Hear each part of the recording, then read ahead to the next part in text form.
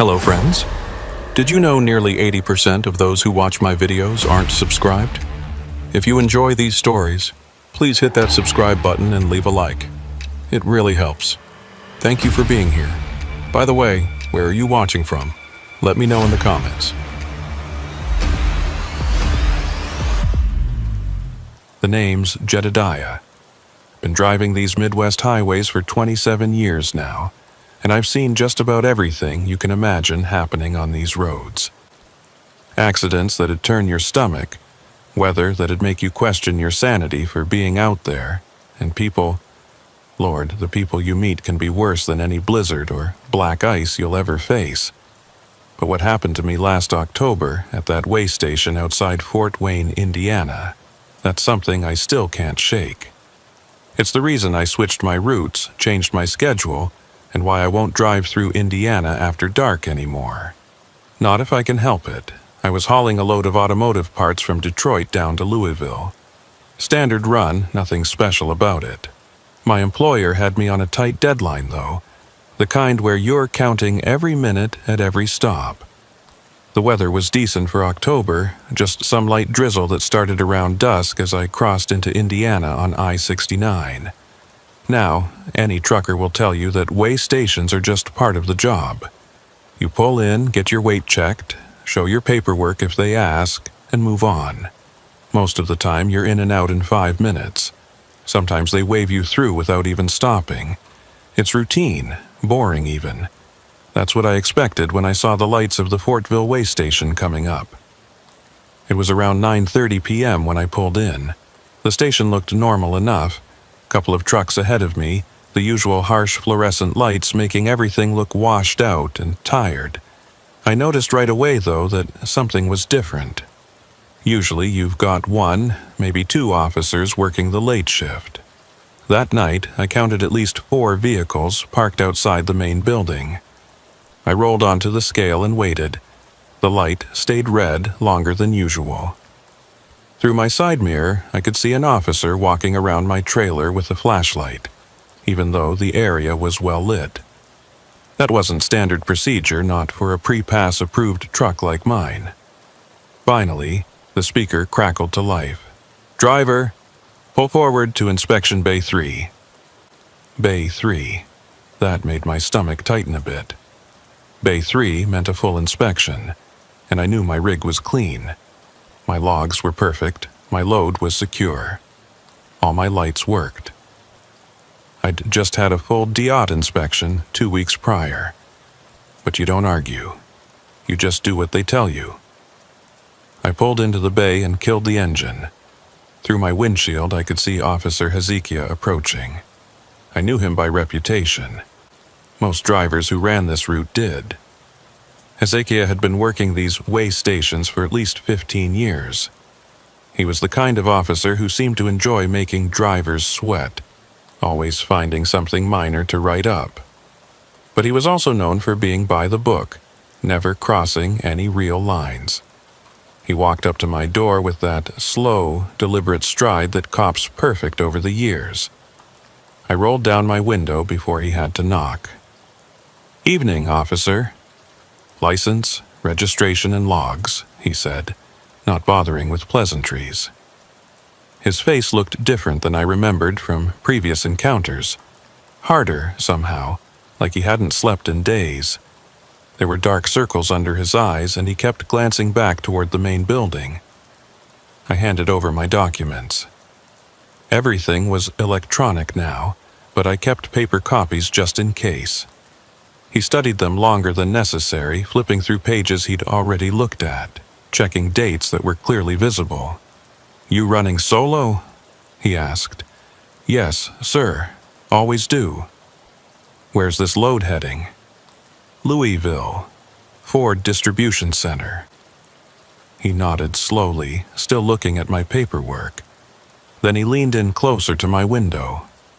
I could smell coffee on his breath, and something else, whiskey maybe, though I couldn't be sure. "Listen," he said, his voice dropping low. "You seem like a smart man, Jedediah." The fact that he used my first name caught me off guard. These inspections were always formal, always professional. Officer this, driver that. I like to think so, I replied carefully. He glanced around again, then back at me. Smart men know when to help themselves out of difficult situations. I felt the air in the cab grow thick. This wasn't heading anywhere good. I'm not following you, officer. He smiled, but it didn't reach his eyes.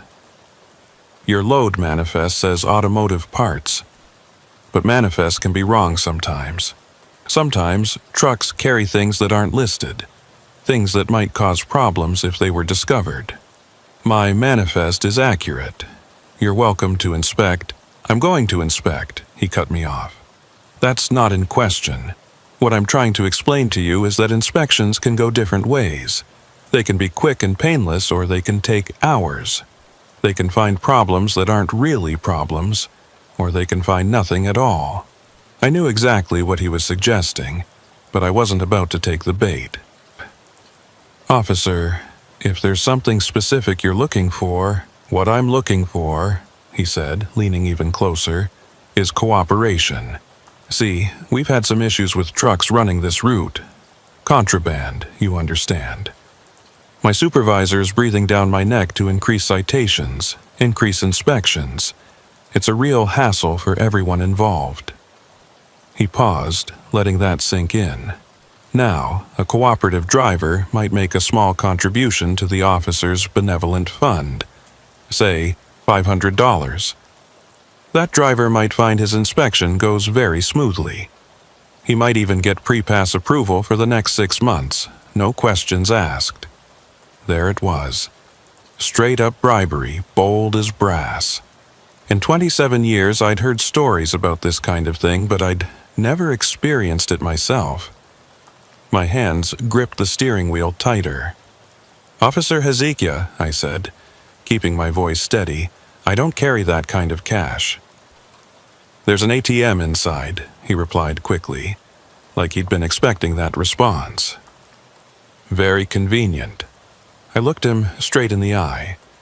I'm not comfortable with that. His expression changed instantly. The fake friendliness vanished, replaced by something cold and mean. You're not comfortable, he repeated slowly. Well, let me tell you what's going to happen now. I'm going to inspect every inch of your rig. I'm going to find violations, because there are always violations if you look hard enough. Your electronic logs, I bet there's some discrepancies there. Your load securement? Probably not up to standard. Hell, I haven't even checked your medical certificate expiration date yet. He stepped back from the door. Get out of the truck and bring your logs, all of them. The inspection office is inside. This is going to take a while. I climbed down from the cab, my mind racing. I could report this, but to whom? His supervisor, who he'd mentioned? The same one, supposedly pushing for more citations. And it would be my word against his, no witnesses, no recording. The walk to the inspection office felt like a mile. The drizzle had turned into steady rain, and the parking lot lights created yellow halos in the mist. I noticed a woman standing near the edge of the lot, just beyond the fence. She was watching us. Had been the whole time, maybe. Even from that distance, I could tell something was off about her. She stood too still, like she was waiting for something. Inside the office, Hezekiah made good on his threat. He went through every page of my logs with a magnifying glass, literally. He found a discrepancy in my duty status from 3 days ago. Claimed I'd marked myself off duty 2 minutes before I actually stopped, according to the GPS data. It was the kind of technical violation that most officers would ignore, but he wrote it up. Then he found another issue with my load securement. Said one of my straps was showing signs of wear. It wasn't, but he took photos from angles that made it look worse than it was. Another citation. This went on for 3 hours. 3 hours of manufactured violations, each one accompanied by a reminder that this could have been avoided. The whole time I kept thinking about that woman outside, wondering if she was part of this somehow. It was past midnight when he finally finished. 7 citations total, enough points to threaten my CDL if they all stuck. He handed me the paperwork with that same cold smile. "You can contest these, of course," he said. "Court date's in 6 weeks. You'll need to come back to Indiana, take time off work. Probably want to hire a lawyer, too. That gets expensive." He let that hang in the air for a moment. "Or," he continued, "you could reconsider my earlier suggestion. I could void these citations right now. Clerical error, you understand. Happens sometimes." I looked at the citations. Fighting them would cost me more than $500 in lost wages alone, not counting legal fees. But it wasn't about the money anymore. It was about the principle. And more than that, it was about the feeling in my gut that told me this went deeper than just one corrupt officer. "I'll take my chances in court," I said. His face darkened. "You're making a mistake, Jedediah. A big mistake. Maybe, but it's mine to make." He leaned back in his chair, studying me. Then he picked up his radio. "Unit 12, this is Hezekiah. I've got a driver here refusing inspection compliance. Jedediah Walker, CDL number." He rattled off my license number. "Blue Peterbilt, Illinois plates. Make a note for all stations." My blood ran cold. He was putting me on some kind of watch list. "Every way station from here to Louisville is going to know your name now," he said, after setting down the radio. "Every officer is going to want to take a real close look at your rig. You think this was bad? You haven't seen anything yet." I gathered up my citations and headed for the door. "Oh, and Jedediah," he called after me. "That woman outside, near the fence, her name's Mahala. She's been waiting to talk to you." I stopped, but didn't turn around. She's got quite a story about drivers who don't cooperate. You might want to hear it. Might change your mind about things. I walked out of that inspection office with my citations clutched in my hand and rain soaking through my jacket. My truck sat there in Bay 3, looking like a faithful dog waiting for its owner. But I couldn't leave yet. Not with what Hezekiah had said about every way station knowing my name. And not without finding out what this Mahala woman wanted. She was still there, standing in the same spot beyond the fence. The rain didn't seem to bother her. She wore a long dark raincoat that went down to her knees and her hair was pulled back tight. As I approached, I could see she was older than I'd first thought. Maybe mid-50s, with the kind of face that had seen hard times and came out the other side different. "You're Jedediah," she said. It wasn't a question. "How do you know my name?" "I heard it over the radio. Hezekiah's got a voice that carries." She glanced toward the inspection office. "You turned him down." Not much of a secret, apparently. She stepped closer to the fence. Up close, I could see her eyes were bloodshot, like she'd been crying or hadn't slept in days. Maybe both.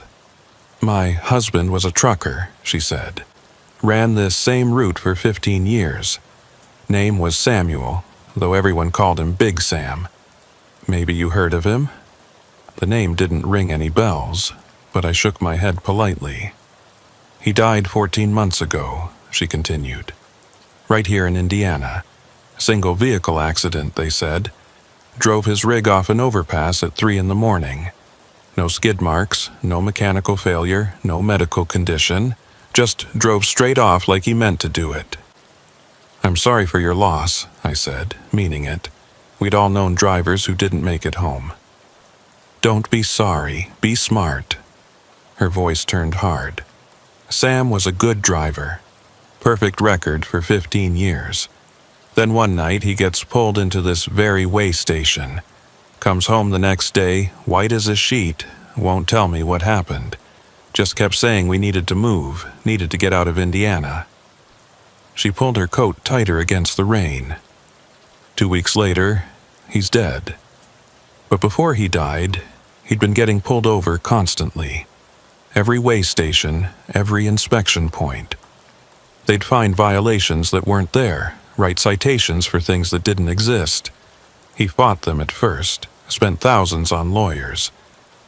Then something changed. He stopped fighting, started taking different routes, driving at odd hours, trying to avoid the stations. What are you saying exactly? I'm saying that Officer Hezekiah and his friends have a system. You either pay, or they make your life hell. And sometimes, when drivers know too much or fight too hard, accidents happen. I felt a chill that had nothing to do with the rain. That's a serious accusation. It's not an accusation if I can't prove it, she said bitterly. I've tried, talked to investigators, filed complaints, even hired a private detective. But nothing sticks. The officers all back each other up. The reports all look clean. And anyone who might have talked is either too scared or... She trailed off. Or what? Or they're dead. 3 drivers in the last 2 years. All had problems with Hezekiah. All died in single-vehicle accidents. No witnesses, no evidence of foul play. She reached into her coat and pulled out a folded piece of paper, pushed it through the fence. That's a list of names, she said. Drivers who've had run-ins with Hezekiah. Some paid him off and won't talk about it. Others fought back and faced consequences. A few are still fighting. You might want to reach out to them, compare notes. I took the paper, but didn't unfold it yet. Why are you telling me this? Because I've been watching this station for months, waiting for someone else to stand up to him. Most just pay. You didn't. That makes you either brave or stupid, and right now, I don't care which. I just need someone who's willing to fight. A horn honked from the station. Another truck was pulling in for inspection. I should go, I said. Wait. She grabbed the fence with both hands. They're going to follow you. Not obviously, but they'll know where you are. Every mile you drive in Indiana, someone will be watching. They've got friends at truck stops, rest areas, even some repair shops. Your citations are just the beginning. So what do you suggest I do? Document everything. Get a dash cam that records inside and out. Keep copies of all your paperwork. And whatever you do, don't stop at any isolated rest areas in Indiana. They like to have random inspections at those places, usually when no one else is around. She started to walk away, then turned back. One more thing. Hezekiah mentioned the Officers' Benevolent Fund. That money doesn't go to any fund. It goes into their pockets. They've been running this scheme for at least 5 years, maybe longer. Sam estimated they were pulling in $50,000 a month from drivers too scared or too rushed to fight back. $50,000 a month. That was serious money. Enough to kill for, maybe. I got back in my truck and fired up the engine. As I pulled out of the inspection bay, I saw Hezekiah standing in the doorway of the office, watching me go. He gave me a mock salute, and I could see him saying something into his radio. The rest of the drive to Louisville was tense. Every time I saw headlights in my mirror, I wondered if I was being followed. Every weigh station I passed, and thankfully they were all closed, made my hands grip the wheel tighter. I kept thinking about what Mahala had said about her husband driving off that overpass. I made it to Louisville without incident, delivered my load, and thought that would be the end of it. I was wrong. The next morning, I got a call from my dispatcher. There had been a complaint filed against me. Apparently, Officer Hezekiah had reported that I was verbally aggressive during the inspection and had made threats. Complete fabrication, but it was his word against mine. My company had to launch an internal investigation. That meant I was benched until it was resolved. 3 days of lost wages. That was just the start. When I finally got back on the road, I made sure to avoid Indiana completely, even if it meant adding hours to my routes. But you can't always control where dispatch sends you. 2 weeks after the incident at the way station, I had to pick up a load in Fort Wayne. No way around it. I planned my route carefully. I'd drive through Ohio, cut across the northeast corner of Indiana, grab my load, and get out. I'd time it so I'd hit the way stations during shift changes when they'd be more likely to wave trucks through. I had my dash cams rolling, my paperwork perfect, my rig inspected by our company mechanic and documented. None of it mattered. 30 miles into Indiana, I got pulled over. Not at a way station, just a regular traffic stop. The state trooper said I'd been weaving. I hadn't been. The dash cam would prove that. But he wanted to do a full roadside inspection anyway. He found a marker light that was too dim and wrote me a citation. An hour later, I finally made it to Fort Wayne. The shipper kept me waiting 6 hours to load. They said there was a delay with the paperwork. I'd never waited more than 2 hours at that facility before. While I sat there, I noticed a state police cruiser parked across the street, just sitting there. When I finally got loaded and back on the road, I decided to take a different route out of Indiana. I'd go south through Fort Wayne, pick up US 24, and cut west into Illinois. It would add 90 miles, but it would avoid the main inspection stations. That's when things got really bad. US 24 is a decent road during the day, but at night, it's got long stretches of nothing. No lights, no buildings, just farmland and forest. I was about 20 miles west of Fort Wayne when I saw the lights in my mirror. Police lights, but moving slow, keeping pace about a quarter mile back. I maintained my speed, exactly the limit. The cruiser maintained its distance. This went on for 10 miles. Then, just as I was approaching a particularly dark stretch of road, the cruiser suddenly accelerated, flew past me, and disappeared into the darkness ahead. 5 minutes later, I saw why. There was a roadblock. 3 police cars, lights flashing, officers with flashlights directing traffic to the shoulder. But here's the thing, I was the only vehicle on the road. This roadblock was for me. I pulled over, hands visible on the wheel. An officer approached, but it wasn't just any officer. It was Hezekiah. He wasn't supposed to be there. He was a way station inspector, not a state trooper. But there he was, in a different uniform, walking up to my door with that same cold smile. "Jedediah," he said. "We meet again. Heard you've been having some trouble on our roads." "Just doing my job, officer." "Funny thing about jobs," he said, shining his flashlight into my cab. "Sometimes they become more trouble than they're worth. Sometimes it's better to find a new line of work, or maybe a new state to work in." He walked around my truck slowly, his flashlight playing over every surface. "I'm going to need you to open your trailer," he said. "You need probable cause for that." He laughed. "Probable cause? I've got a tip that this truck is carrying contraband. Anonymous, but credible. That's all the cause I need." I knew it was pointless to argue. I climbed down and opened the trailer. It was exactly as it had been loaded. Automotive parts, shrink-wrapped and palletized. But Hezekiah climbed up into the trailer with a box cutter. "Need to inspect the cargo," he said, and started slicing open boxes. "You can't, I can, and I will, unless you'd like to reconsider our previous conversation. The offer's gone up, though. 1,000 now. Inflation, you understand." I stood there watching him destroy my cargo, knowing that every damaged box would be a claim against my company, another mark on my record. But I also knew that paying him would never end it. It would just be the beginning. "No," I said. He stopped cutting and looked at me.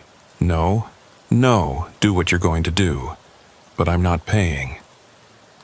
He climbed down from the trailer, his face red with anger. You know what happened to the last driver who said no to me this many times. He got close enough that I could feel his breath. Single vehicle accident, drove right off an overpass. Tragic, really. Good driver, too, just like you. That's when I knew Mahala had been right about everything. Are you threatening me, Officer Hezekiah? He stepped back, hands up in mock innocence. Threatening? No. Just observing that driving these roads can be dangerous, especially when you're tired, especially when you're distracted by all these citations and complaints. Accidents happen all the time. He walked back to his cruiser, then turned one more time. Drive safe, Jedediah. Would hate for something to happen to you. Oh, and that damaged cargo? That's going to be a problem. Might want to call your company, let them know you'll be delayed. We're going to need to document every single box. It took 4 more hours. 4 hours of standing on the side of a dark highway while they photographed every box he'd cut open, wrote reports, made phone calls. By the time they finally let me go, it was past 3 a.m. I was exhausted, angry, and starting to feel something I hadn't felt in years. Real fear. I made it to a truck stop just across the Illinois border as the sun was coming up. My hands were still shaking when I parked. I'd been checking my mirrors every few seconds for the last 50 miles, expecting to see those police lights again. But I was alone, finally. The first thing I did was call my dispatcher and explain the situation with the damaged cargo. He wasn't happy, but he'd been in the business long enough to know when something didn't smell right. He told me to document everything and get the load delivered as is, let the lawyers sort out the liability later. Then I called Mahala. Her number was on that paper she'd given me, along with the other names. "You made it out," she said instead of hello. She sounded relieved. "Barely. Hezekiah showed up at a roadblock, cut open my cargo. That's escalation. He's getting desperate. You've got him worried." "Worried? He threatened to kill me." "No," she corrected. "He threatened that you might have an accident. There's a difference, legally speaking. He's too smart to make direct threats that could be proven." I told her about the 4-hour delay, the damaged cargo, the way he'd mentioned her husband.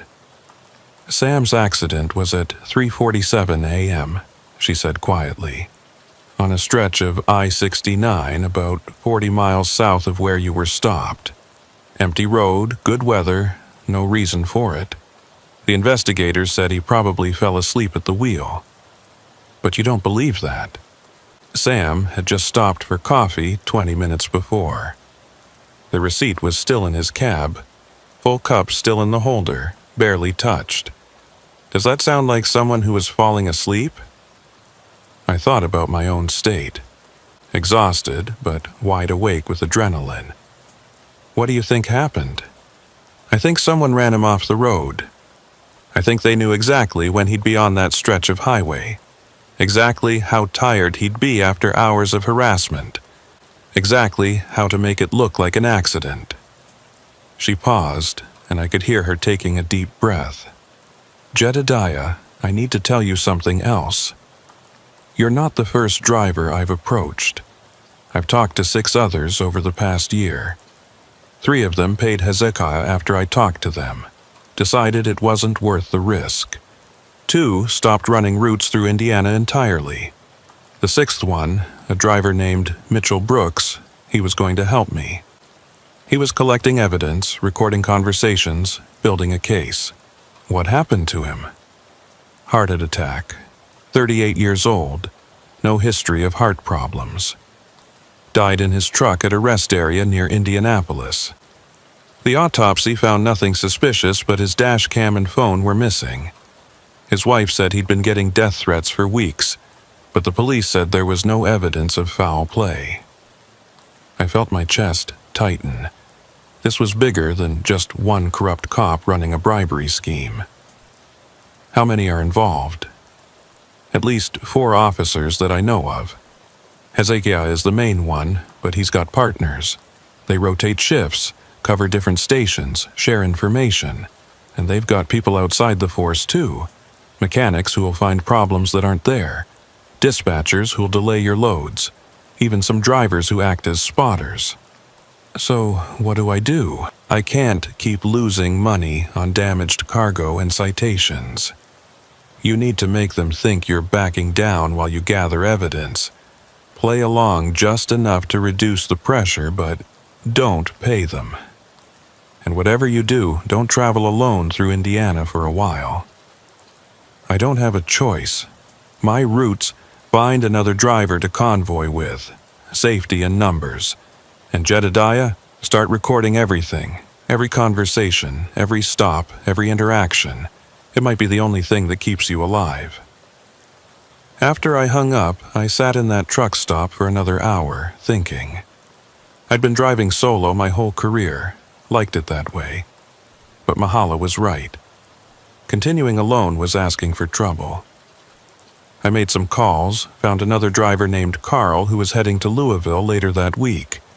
We agreed to convoy, stay in radio contact the whole way. It felt like admitting defeat, but it was better than ending up like Sam. That week, I also took Mahala's advice about recording.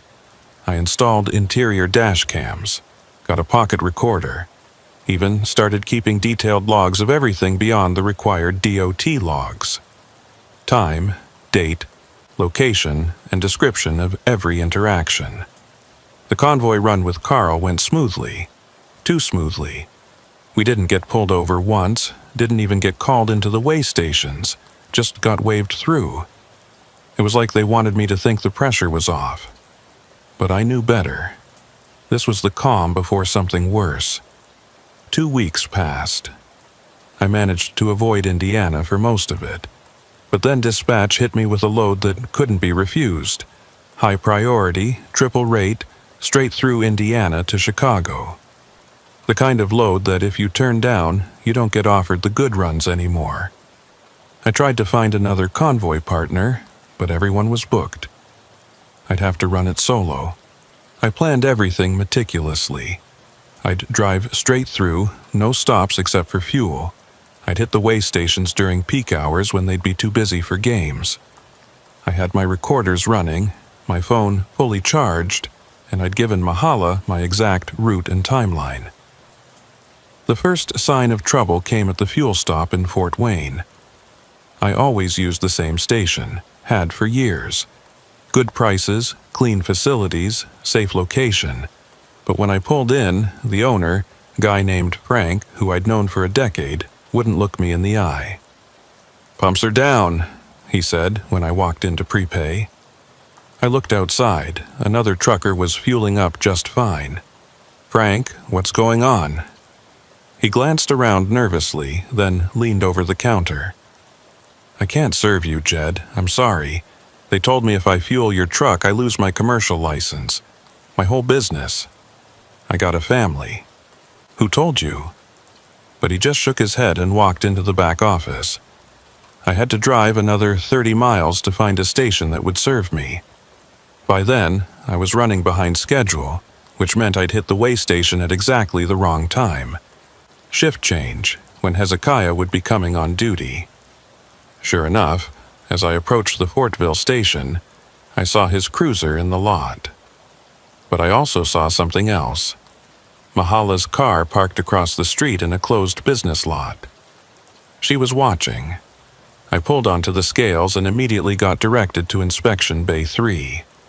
Same bay as before. But this time, when Hezekiah approached, he wasn't alone.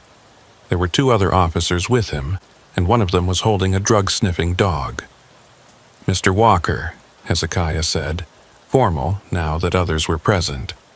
"We've received information that your vehicle may be carrying illegal substances. That's impossible. We'll let the dog determine that." They ran the dog around my entire rig, had it jump up into the cab, even into the sleeper compartment. Of course, it found nothing because there was nothing to find.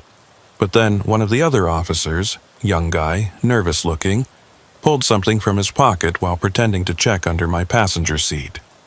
"Got something here," he announced. holding up a small plastic bag. My blood went cold. They were planting evidence. "That's not mine," I said immediately, my recorder running in my pocket. "We'll have to process this," Hezekiah said, barely concealing his satisfaction. "You'll need to come with us." That is when everything went sideways. Mahala must have been recording from across the street because suddenly her car alarm started going off, loud, piercing, drawing attention. A moment later, 2 more trucks pulled into the station, and I recognized them. They were drivers from that list Mahala had given me, guys who'd been harassed by Hezekiah before.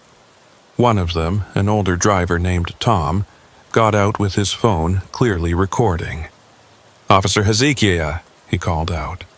"Is there a problem here? This is a police matter. Move along." "I don't think so. See, we've been documenting your harassment of drivers for months now, and we just saw your colleague there plant something in this man's truck." The young officer went pale. He looked at Hezekiah, then at the bag in his hand. "I didn't," he started to say. "Shut up," Hezekiah snapped at him. Then he turned to Tom. "You're interfering with an investigation." "No, we're witnessing it. Big difference. And we're going to keep witnessing it until this driver is released without charges." More trucks were pulling in now. Word had spread somehow. Maybe Mahala had called them. Maybe they'd been monitoring CB chatter. Within minutes, there were 8 trucks in that way station, all with drivers standing outside, all with phones recording. Hezekiah's hand moved to his weapon. "Everyone needs to disperse now." "Or what?" Tom asked. "You going to arrest all of us? Shoot us? In front of all these cameras?" The tension was incredible. I could see Hezekiah calculating, trying to figure out how to salvage this. The young officer still held the planted bag, looking like he wanted to disappear. Then we heard sirens. Not police sirens, news van sirens. Somehow, a local news crew had been alerted. They pulled up just outside the station, and a reporter with a cameraman jumped out. Hezekiah made a decision. He grabbed the bag from the young officer and shoved it in his own pocket. "False alarm," he announced loudly. "No contraband found. Drivers free to go." He leaned close to me as I passed, whispered so only I could hear, "This isn't over. You just made it personal." I got back in my truck and pulled out, the other drivers following like an escort. We convoyed all the way to the Illinois border. Didn't stop once. When we finally pulled into a truck stop across the state line, Tom came over to my cab. "We've all been where you are," he said. "Hezekiah's been pulling this crap for years. But this is the first time we've stood together. Mahala's been organizing us, getting us to share information, coordinate. Why now? Because of you. You're the first one in a long time who didn't just pay up or run away. You stood your ground, even when it cost you. That gave the rest of us courage." He handed me a business card. "There's a lawyer in Indianapolis who's been building a case. With what happened today, with all the recordings, we might finally have enough to take to the feds. Real investigators, not local cops who are in on it." That night, I stayed at the truck stop and made a decision. I was done running, done being afraid. If Hezekiah wanted to make it personal, then I'd make it legal. I called the lawyer, set up a meeting, then I called Mahala. "You saw what happened," I said. "I saw everything. Recorded it too. The planting of evidence, the intimidation, all of it. Is it enough? Combined with what the others have, maybe. But Jedediah, you need to know something. Hezekiah's not going to let this go. He can't afford to.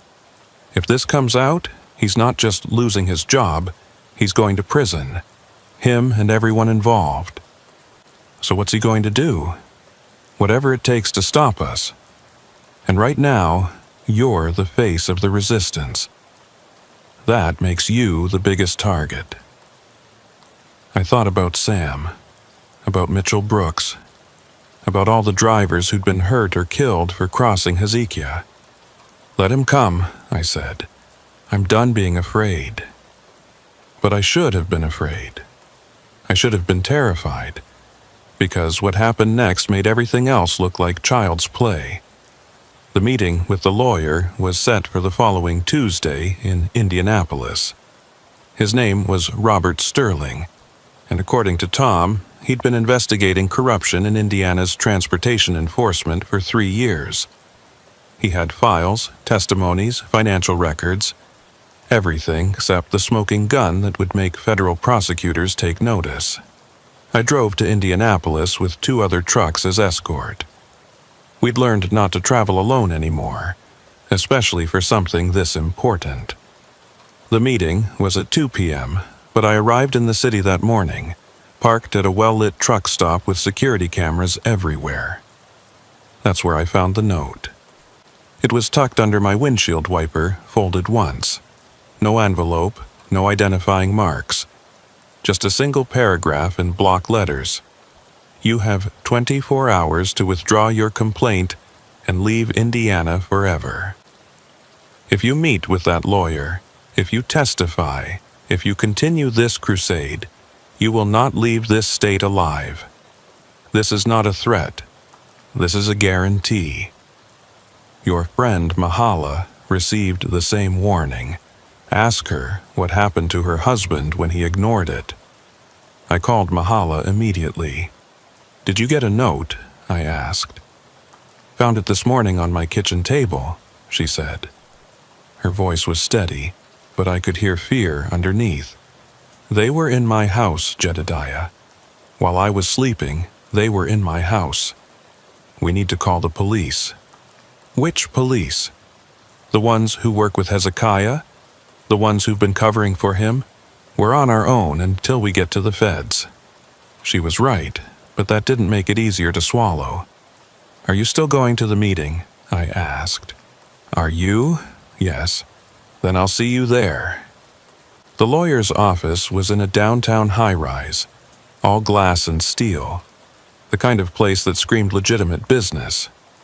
I felt out of place in my truck driver clothes, but Sterling didn't seem to notice or care. He was all business. Sharp suit, sharper mind, and eyes that had seen too much corruption to be surprised by anything. Mahala was already there, along with Tom and 3 other drivers I recognized from the way station incident. Sterling had us all sit around a conference table while he pulled up files on a large screen. "What you've all experienced," he began, "is part of a much larger operation. Officer Hezekiah is just one piece. Our investigation has identified at least 12 officers across 4 way stations involved in this extortion ring. Conservative estimate? They're pulling in over $2 million a year from drivers." He clicked through financial records, showing suspicious deposits, property purchases that didn't match salaries, a clear pattern of enrichment. "But here's the problem," he continued. "Everything I have is circumstantial. The victims are mostly too scared to testify. The few who would testify don't have hard evidence, and the ones who had evidence have a tendency to have accidents." He pulled up 3 photographs. I recognized one, Mitchell Brooks. These 3 drivers all filed formal complaints in the last 2 years. All 3 died within 6 months of filing. Brooks had a heart attack. David Chen drove into a bridge abutment. Marcus Washington's truck exploded, supposedly a fuel system malfunction. "They were murdered," Mahala said flatly. "Probably. But proving it is another matter. That's why what happened at the way station yesterday is so important. Multiple witnesses, multiple recordings, clear evidence of attempted evidence planting. It's enough to get federal attention." He turned to me. "Mr. Walker, you're the key witness. The evidence was planted in your truck. You've documented everything. Your testimony could break this whole thing open." "What about protection?" Tom asked.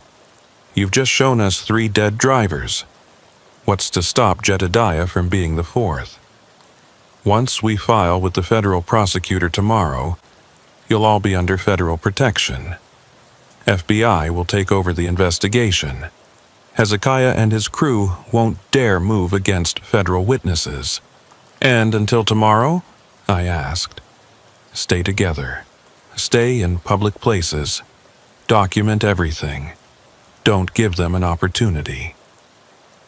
We spent the next 4 hours going through everything.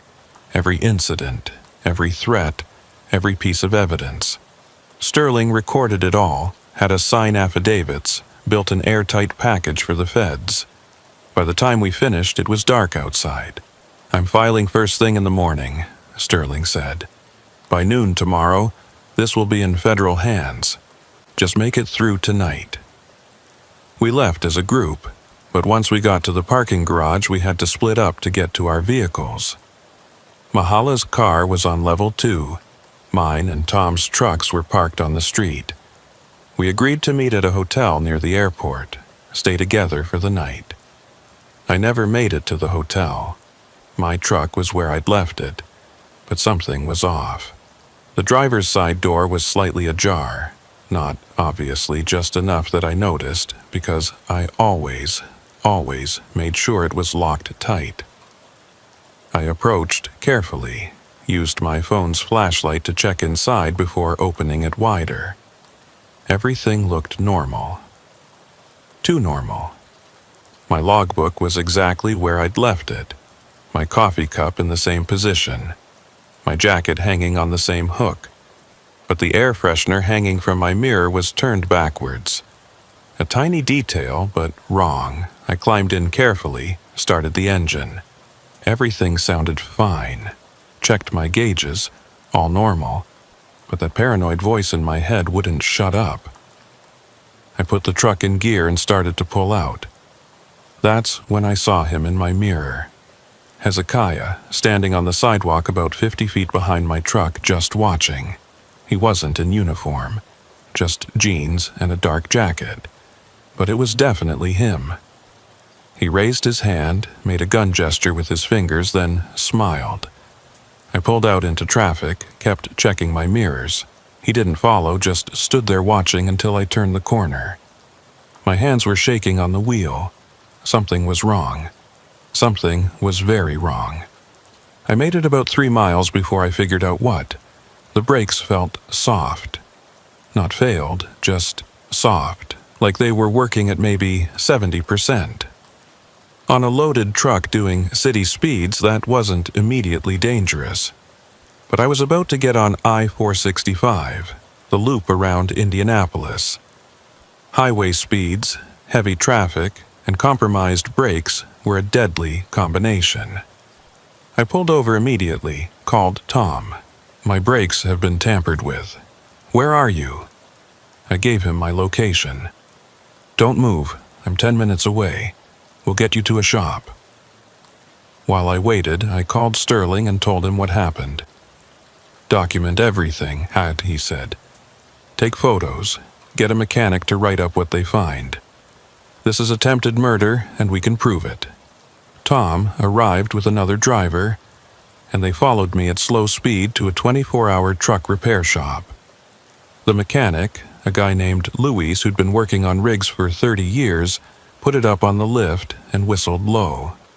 Brake lines had been punctured, he said. Tiny holes, probably made with an awl or ice pick, designed to leak slowly. You'd lose pressure gradually over maybe an hour of driving. By the time you realized you had no brakes, you'd be at highway speed. Would I have crashed? Luis looked at me seriously. Best case? You'd have managed to gear down and engine brake to a stop. Worst case, and more likely, you'd have plowed into traffic at 70 miles per hour. Either you'd have killed yourself, or you'd have killed others and faced manslaughter charges. Either way, I'd have been eliminated as a witness. Luis documented everything, took photos, wrote up a detailed report. Tom and the other driver stayed with me while the repairs were made. It took 3 hours and cost me $800, but by 11 p.m., my truck was safe to drive. We convoyed to the hotel, parked our trucks where we could see them from our rooms, and set up a watch schedule. Nobody slept well that night. The next morning, we were at Sterling's office when he made the call to the federal prosecutor. Within an hour, 2 FBI agents arrived to take preliminary statements. By noon, they'd officially opened an investigation. Hezekiah and the others will be notified that they're under federal investigation, one of the agents told us. Any action against witnesses will be prosecuted as federal crimes. You're safe now. I wanted to believe him, but I'd learned that men like Hezekiah didn't just give up when cornered. They got desperate. And desperate men do terrible things. The investigation moved fast. Within a week, the FBI had seized records from 4 weigh stations, frozen bank accounts, and interviewed dozens of drivers. The evidence was overwhelming. Hezekiah and 6 other officers were arrested on federal corruption charges, but they made bail. All of them. Sterling said not to worry, that they wouldn't dare do anything while under federal indictment. But I kept thinking about those 3 dead drivers, about Sam's car going off that overpass, about my punctured brake lines. 2 weeks after the arrests, I was running a load from Chicago to Memphis, avoiding Indiana entirely, even though it meant adding 200 miles. I'd stopped at a truck stop in Missouri for fuel when my phone rang. It was Mahala. They're all going to take plea deals, she said. Sterling just called, Hezekiah and the others. They're pleading guilty to lesser charges. 2 years in minimum security, maybe less with good behavior. That's not enough. No, it's not. But it's something. And Jedediah, there's more. Part of the deal is that they have to admit to everything, including what they did to Sam and the others. They're admitting to murder? Not murder. Conspiracy to intimidate witnesses. The prosecutor says proving murder is too hard, but this way, at least there's justice of some kind. Some kind of justice. It felt hollow. What are you going to do now? I asked. Keep fighting. There's a civil suit, wrongful death. The FBI says there might be federal witness intimidation charges later. And I'm going to make sure everyone knows what they did. Every trucker, every news outlet, everyone. We talked for a few more minutes, then I got back on the road. It was late, past midnight, and I was tired. The highway was empty, except for a few other trucks. Their lights cutting through the darkness. I had the radio on low, some talk show discussing the corruption scandal in Indiana. They mentioned my name, called me the whistleblower who broke it open. That's when I saw the headlights in my mirror. A car coming up fast. Too fast. It moved into the left lane like it was going to pass, but when it got alongside my cab, it matched my speed. I glanced over and my blood froze. It was Hezekiah. He was out on bail. Wasn't supposed to leave Indiana. Definitely wasn't supposed to be anywhere near me. But there he was, driving parallel to my truck, staring at me through his passenger window. He held something up, a photograph. Even at highway speed, I could see what it was, a picture of my daughter. My daughter, who lived in Nashville, who I was heading to visit after my delivery. Then he accelerated, pulled in front of me, and took the next exit. I called 911, reported the violation of his bail conditions, the implicit threat. The highway patrol said they'd look for him, but we all knew he'd be long gone. I called Sterling, the FBI, even Mahala. Everyone said the same thing. Document it, report it, be careful. But how do you be careful against someone who's already lost everything and has nothing left to lose? I changed my route, didn't visit my daughter, went straight back to Chicago. I installed more cameras, varied my schedule, never stopped at the same place twice. But I knew it was just a matter of time. Men like Hezekiah don't forget. They don't forgive. They wait. The call came 3 months later. Hezekiah had been found dead in his cell. apparent suicide. The official report said he'd hung himself with a bedsheet, left a note confessing to everything, the murders, the extortion, all of it. Case closed, justice served. But I knew better. You see, Tom had called me the night before Hezekiah died, said he'd gotten word from another driver, someone who knew a guard at the prison. Hezekiah had been talking, trying to make another deal. He was ready to name names, not just the officers involved, but the people above them, the ones who really ran things. And then he was dead. Sterling said it was over, that we'd won. The corruption ring was broken, the bad cops were in prison or dead, the roads were safe again. But I still check my mirrors constantly. I still inspect my truck before every trip. I still avoid Indiana when I can.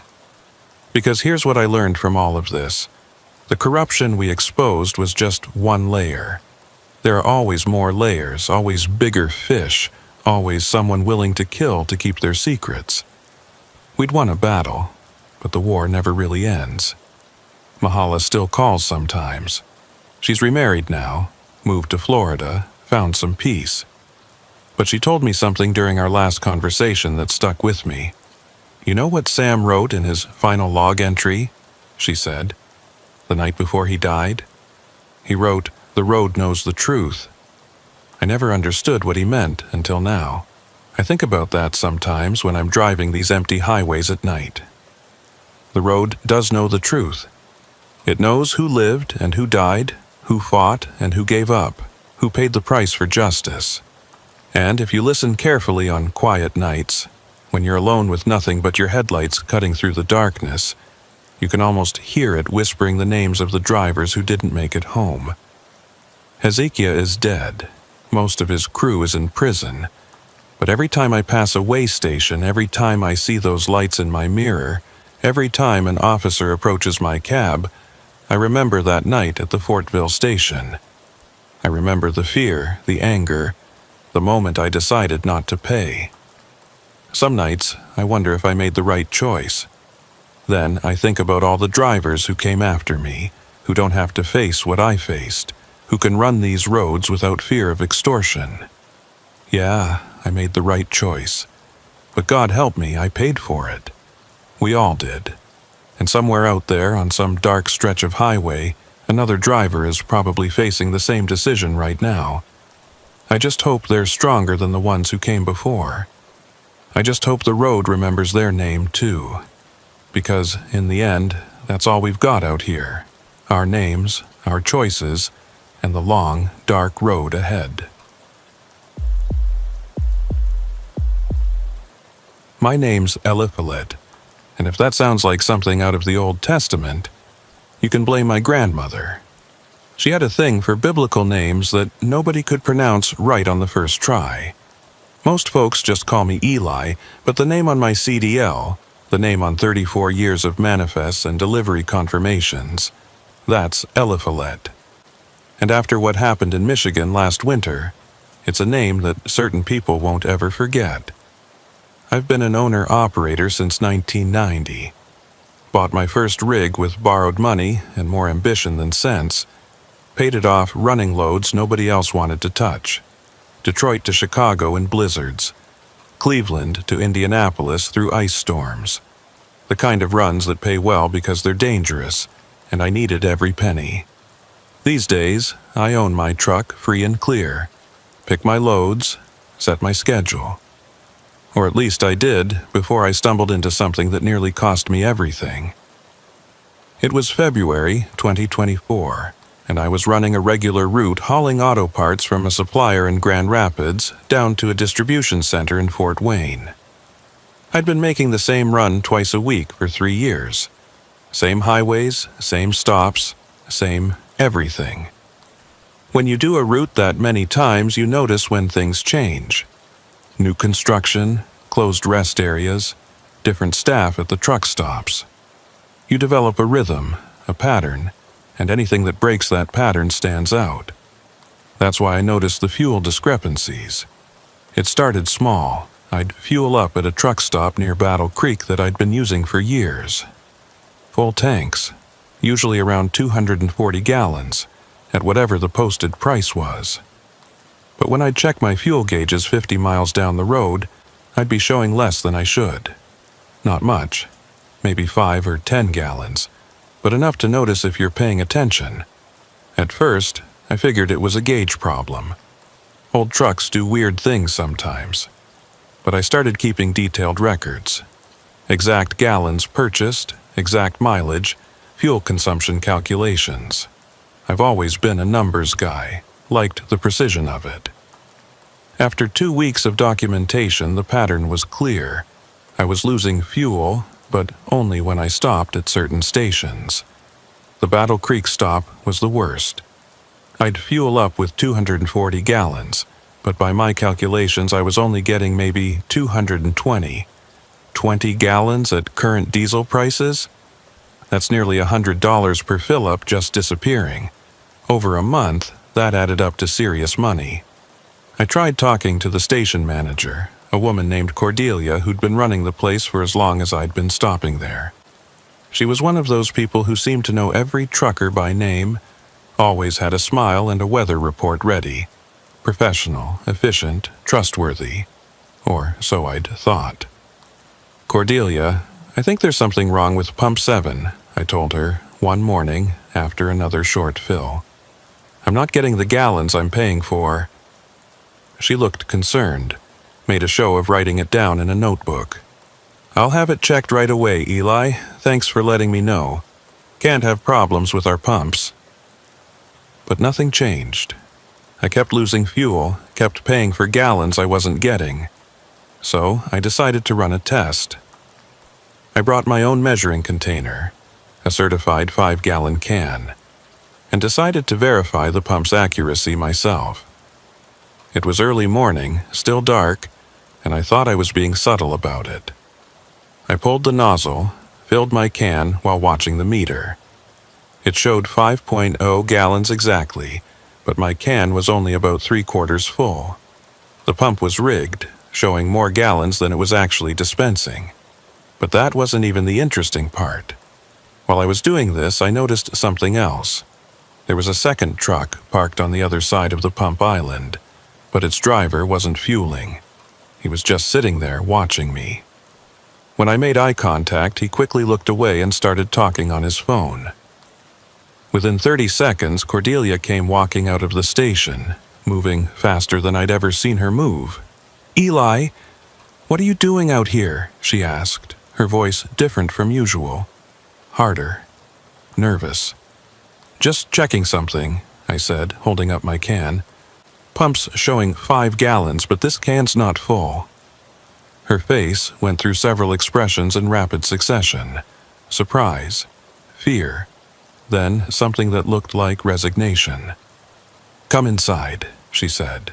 "We need to talk." I followed her in, but I kept my hand on my phone in my pocket, ready to dial 911 if needed. She led me to the back office, closed the door, and sat down heavily in her chair. "You need to stop what you're doing," she said without preamble. "Right now. Fill your truck and leave, and don't come back." "Excuse me?" "You heard me. For your own safety, stop asking questions, stop testing pumps, and find somewhere else to fuel." "You're stealing from drivers," I said. "Skimming fuel, charging for gallons you're not delivering." She laughed, but there was no humor in it. "You think I'm the one stealing?" "Eli, I'm just trying to keep my business. The people who are really stealing, you don't want to meet them." "What are you talking about?" She looked at the door, then back at me, and seemed to make a decision. 6 months ago, a man came to see me. Called himself Alpheus. Said he represented a group of investors who were interested in the fuel business, but they weren't interested in buying my station. They were interested in, let's call it a partnership. She pulled out a cigarette, lit it with shaking hands. I'd never seen her smoke before. They installed modified pumps, high-tech stuff, all computerized. To the inspectors, everything looks perfect. But the pumps can be controlled remotely. They skim a percentage from every transaction. But the fuel doesn't just disappear. It gets diverted. Diverted where? Underground tanks. Secondary tanks installed beneath the main ones. Every night, trucks come and pump out the stolen fuel. They sell it on the black market for pure profit. No taxes, no overhead, just free money. How many stations? Every independent truck stop from Detroit to Fort Wayne. Maybe 40, 50 locations. The ones that didn't agree to the partnership, they had accidents. Fires, contamination in their tanks, health code violations that came out of nowhere. One owner in Kalamazoo, he fought back hard. His station burned down while he was inside doing inventory. I felt my stomach drop. This wasn't just theft. This was organized crime. Why are you telling me this? Because I like you, Eli. You've been a good customer for years. And because if you keep poking around, they're going to notice. And when they notice someone, that someone tends to have problems. I could go to the police. She laughed again. That same bitter sound. With what proof? You think they didn't plan for that? Every transaction looks legitimate on paper. The computers show the correct amounts. It's only during the actual pumping that the diversion happens, and that's controlled remotely. Even I don't have access to the real controls. She stubbed out her cigarette and stood up. Look, I'm telling you this as a favor. Take it and go. Find a corporate station to fuel it. Flying J loves places too big for them to infiltrate. And forget we ever had this conversation. I left, but I didn't forget. I couldn't. Every time I calculated my fuel costs, every time I saw other drivers fueling at those rigged pumps, losing money they probably couldn't afford to lose, it ate at me. But what really got to me was the scale of it. 40 or 50 stations, skimming from hundreds of trucks every day.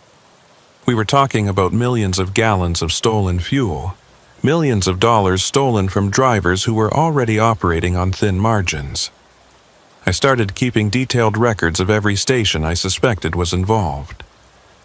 I varied my routes, made excuses to stop at different locations, always buying just enough fuel to test the pumps without being obvious about it. Within 3 weeks, I had a list of 27 stations showing the same discrepancies. I also started noticing patterns. The trucks that came at night to collect the stolen fuel, they were always the same type, unmarked tankers with specific permit numbers. The drivers all wore the same company uniforms, but the company name was never visible. They arrived between 2 and 4 a.m., always when the stations were nearly empty. I should have left it alone. Should have just found clean stations and protected myself. But there was something about the systematic nature of it, the predatory targeting of independent truckers, that made me angry. We were already getting squeezed by regulations, by fuel prices, by competition. Now we were being robbed by the very people we trusted to provide fair service. That's when I made my first real mistake. I decided to follow one of those collection trucks.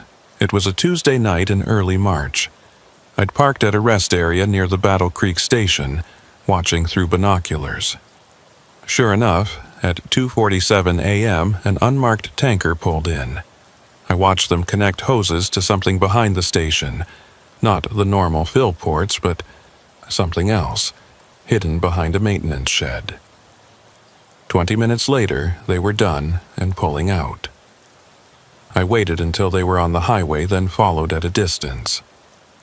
They took I-94 east toward Detroit, then exited near Romulus. I stayed far enough back that they wouldn't notice, but close enough not to lose them in the industrial area they entered. They pulled into a warehouse complex near the airport. High fences, security cameras, the works. I parked on a side street and watched as they unloaded. There were other tankers there too, at least 6 that I could see. This wasn't just a fuel theft ring. It was a major operation. I took photos with my phone, zooming in on license plates, building numbers, anything that might be useful. I was so focused on documenting everything that I didn't notice the car pulling up behind me until the tap on my window made me jump. 2 men stood outside my truck. One was tall and thin, wearing an expensive-looking suit despite the late hour. The other was shorter, broader, and had the kind of face that suggested he solved problems with his fists. The tall one smiled when I rolled down my window. Eliphalet, right? He said. That's an unusual name. Biblical. Means God is deliverance, if I remember correctly. Can I help you? Actually, we were hoping to help you. You seem to be lost. This isn't a safe area for truckers to park, especially ones who are curious about things that don't concern them. I'm just taking a break. DOT regulations. His smile widened. Of course, safety first. But you know what's not safe? Following vehicles in the middle of the night, taking photos of private property, asking questions at truck stops about things that hard-working business owners would rather not discuss. My mouth went dry. They knew. They'd known the whole time. I'm Alpheus, he said. I believe Cordelia mentioned me, and you've been causing some concern among my associates. I haven't done anything illegal. Neither have we, he replied smoothly. Everything we do is perfectly legal. Documented, licensed, legitimate. But you know what is illegal? Stalking, harassment, trespassing. All things that a concerned business owner might report to the police about a troublesome trucker. The shorter man shifted slightly, just enough to let me see the gun in his waistband. But we're not unreasonable people, Alpheus continued. We understand curiosity. We even admire initiative, which is why we're prepared to make you an offer. I'm not interested. You haven't heard it yet. We need drivers. Legitimate drivers with clean records who can move our product without raising suspicions. The pay is excellent, double what you're making now. All you have to do is haul what we tell you, when we tell you, and forget about what you've seen. And if I say no, he shrugged. Then you go back to your regular routes, your regular stops. But you'll find that things become difficult. Inspections that find violations, delays at way stations, problems with your insurance, issues with your CDL renewal. Administrative harassment is so hard to prove, but so effective at ruining a small business. You're threatening me. I'm explaining reality to you. You've seen something you shouldn't have seen. Now you have 2 choices: profit from it or suffer from it. There is no third option where you walk away unchanged. I looked at both of them, calculating my chances if things went bad. They weren't good. I need time to think. You have 24 hours, Alpheus said. Tomorrow night, same time, be at the Cordelia's station. We'll have a truck ready for you to haul. If you're not there, we'll assume you've chosen the difficult path. They walked back to their car and drove away, leaving me sitting there with my hands shaking. I'd stumbled into something much bigger and more dangerous than I'd imagined. These weren't just fuel thieves. They were organized, connected, and ruthless. I drove back to my usual truck stop in Indiana, a corporate place where I knew I was safe, and spent the rest of the night thinking. I could take their offer, become part of the problem. I could refuse and watch them destroy my business, my livelihood. Or I could fight back, but not alone and not stupidly. I made 3 phone calls that morning. The first was to a friend who worked for the FBI in Detroit, someone I'd known since high school. The second was to a lawyer who specialized in RICO cases. The third was to Cordelia. They approached me, I told her. Alpheus and his friend. And I need information, Everything you know about their operation, locations, schedules, names. Are you insane? Do you know what they'll do if... They're going to destroy me anyway if I don't play along. At least this way I might be able to stop them. There was a long pause. I can't, she finally said. I have a family, kids in college. I can't risk it. They killed that owner in Kalamazoo. How long before they decide you know too much? How long before you become a liability? Another pause, longer this time. There's a diner off exit 84, she said. The old one that looks abandoned but isn't. Meet me there at noon. Come alone, and for God's sake, make sure you're not followed. The diner was exactly as Cordelia described. A relic from the 1960s that looked like it should have been condemned years ago. Paint peeling off the walls. Half the neon sign burnt out. Parking lot full of cracks and weeds. But there were 3 trucks parked outside, and smoke coming from the chimney. Places like this survived because truckers knew they could get a real meal cheap, and nobody asked questions. I circled the lot twice before parking, checking for any vehicles that might have followed me. I'd driven 40 miles out of my way, doubled back twice, and stopped at 2 different truck stops to make sure I was clean. Maybe I was being paranoid, but Alpheus had known my name, known what I'd been doing. These people had eyes everywhere.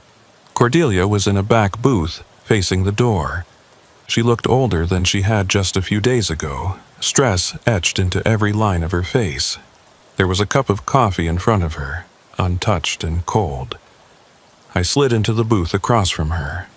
The waitress, a woman who looked like she'd been working there since the place opened, brought me coffee without asking. That's the kind of place it was. You look terrible, I told Cordelia. Thanks, you don't look so great yourself. She glanced around nervously. Did anyone follow you? No, I made sure. She reached into her purse and pulled out a thick envelope, slid it across the table. Everything I know is in there. Locations, schedules, names when I have them. Financial records showing the modifications to my station, the installation of the secondary tanks. Contact information for other station owners who are in the same situation. I picked up the envelope, felt its weight. Why now? What changed? They killed someone else. Yesterday, a driver named Marcus who was asking too many questions at a station in Lansing. Official story is he had a heart attack, but the owner called me, terrified. Said Marcus was healthy as a horse, then suddenly dropped dead right after confronting them about the fuel discrepancies. Jesus. That could have been you, Eli, still could be. She leaned forward. You need to understand something. This isn't just about fuel theft. That's just one piece of their operation. They're moving drugs in those tankers too, hidden compartments in the baffles. They're laundering money through the truck stops. They've got cops on the payroll, inspectors, probably politicians. You're not fighting a gang, you're fighting a cartel. I thought about my friend at the FBI, wondered if even federal intervention would be enough. Who's behind it? Who's really running this? I don't know. Alpheus is middle management, maybe upper middle. But there are people above him, people with enough money and power to set up an operation this big. Some say it connects all the way to Detroit mob families. Others think it's international, Eastern European syndicates using the trucking industry to move product across the country. She stood up abruptly. I've told you everything I know. After today, we never met. If anyone asks, I don't know you beyond being a regular customer. And Eli, whatever you're planning, be careful. These people don't give second chances. She left without looking back. I sat there for another 20 minutes, reading through the documents she'd given me. The scale was staggering. Based on her estimates, they were stealing close to 100,000 gallons of fuel per day across all locations. At current prices, That was nearly $500,000 daily. Add in the drug trafficking and money laundering, and we were talking about a multi-billion-dollar operation. I met my FBI contact that evening at a rest stop near Toledo. Jake Morrison had been my friend since we were kids in Grand Rapids, back before he became a federal agent and I became a trucker. He looked at the documents Cordelia had provided, whistled low. "This is big, Eli. Really big. If even half of this is accurate, we're talking about a major RICO case. So you'll investigate? It's not that simple. We need more than documents. We need proof of the actual crimes happening, recorded conversations, financial transactions we can track, and most importantly, we need someone on the inside." I knew where this was going. They want me to haul for them, offered me a job. Jake's eyes lit up. "That's perfect. You could—" "No. Hell no. I'm not becoming a federal informant. Eli, you're already in this. They know who you are. They've threatened you. The only way out is through. You help us build a case, we protect you and take them down. And if they figure out I'm wearing a wire, you saw what happened to Marcus. We'll be careful. Latest tech, completely undetectable. And we'll have agents watching you, ready to move if anything goes wrong." I wanted to say no, wanted to just walk away and pretend none of this had happened. But I kept thinking about all the drivers getting robbed, about Marcus dropping dead for asking questions, about the cancer this organization was spreading through the trucking industry. "If I do this," I said slowly, "I want guarantees. Witness protection if needed, my business protected, and immunity from any crimes I might have to commit while undercover. Done. I'll have the paperwork drawn up tonight." 24 hours. That's how long I had to completely change my life from independent trucker to federal informant. Jake and his team worked fast. They fitted my truck with hidden cameras and microphones, gave me a panic button that would bring in cavalry if I needed it, and coached me on what to say and what to look for.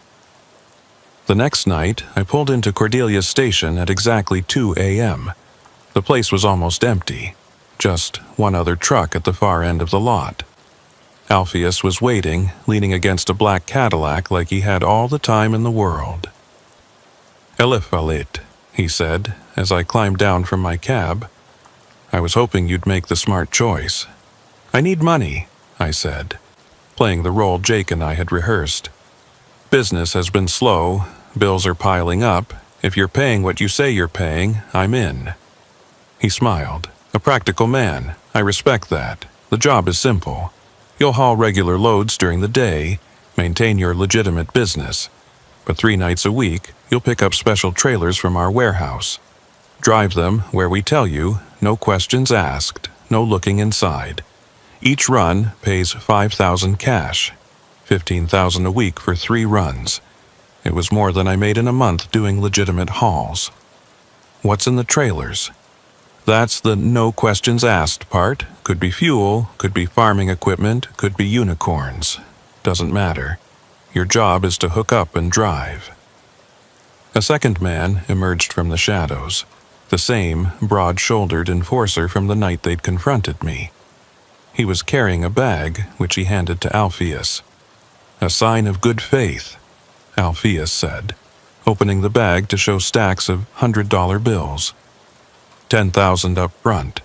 Consider it a signing bonus. Your first run is tomorrow night. Be at the warehouse at midnight. The address is in the bag."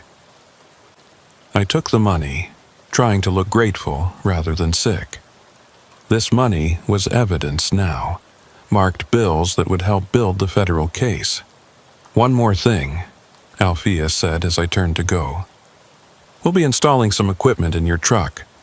GPS tracker, communication system, few other things. For coordination purposes. That's not necessary. It's not a request."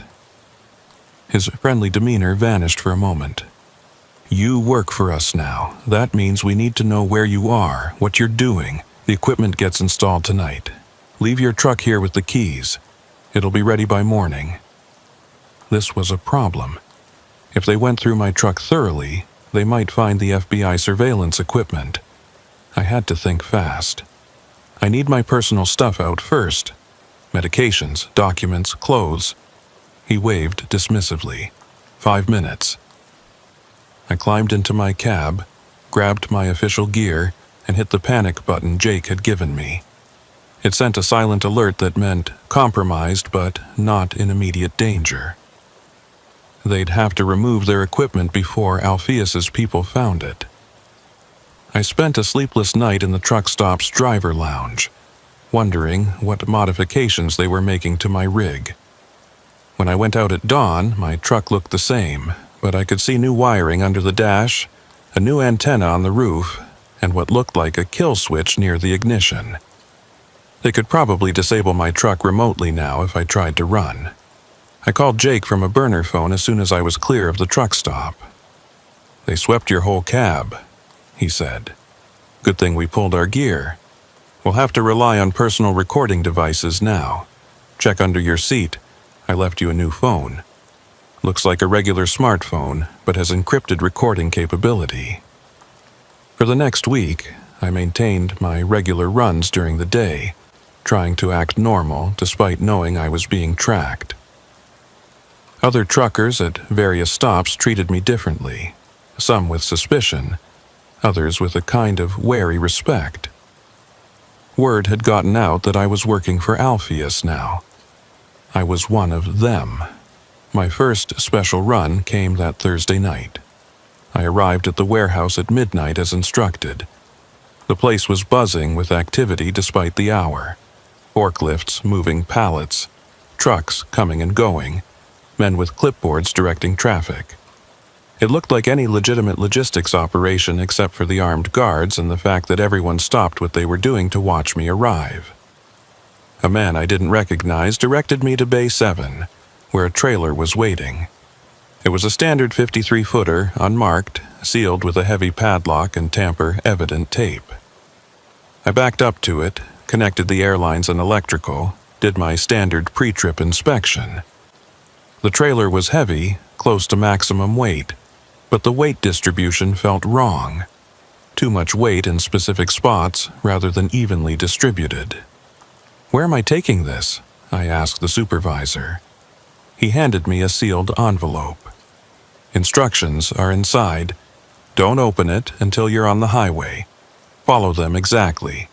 No stops except for fuel and only at approved locations listed in the instructions. You have 8 hours to make delivery." I pulled out of the warehouse and drove for 10 miles before opening the envelope.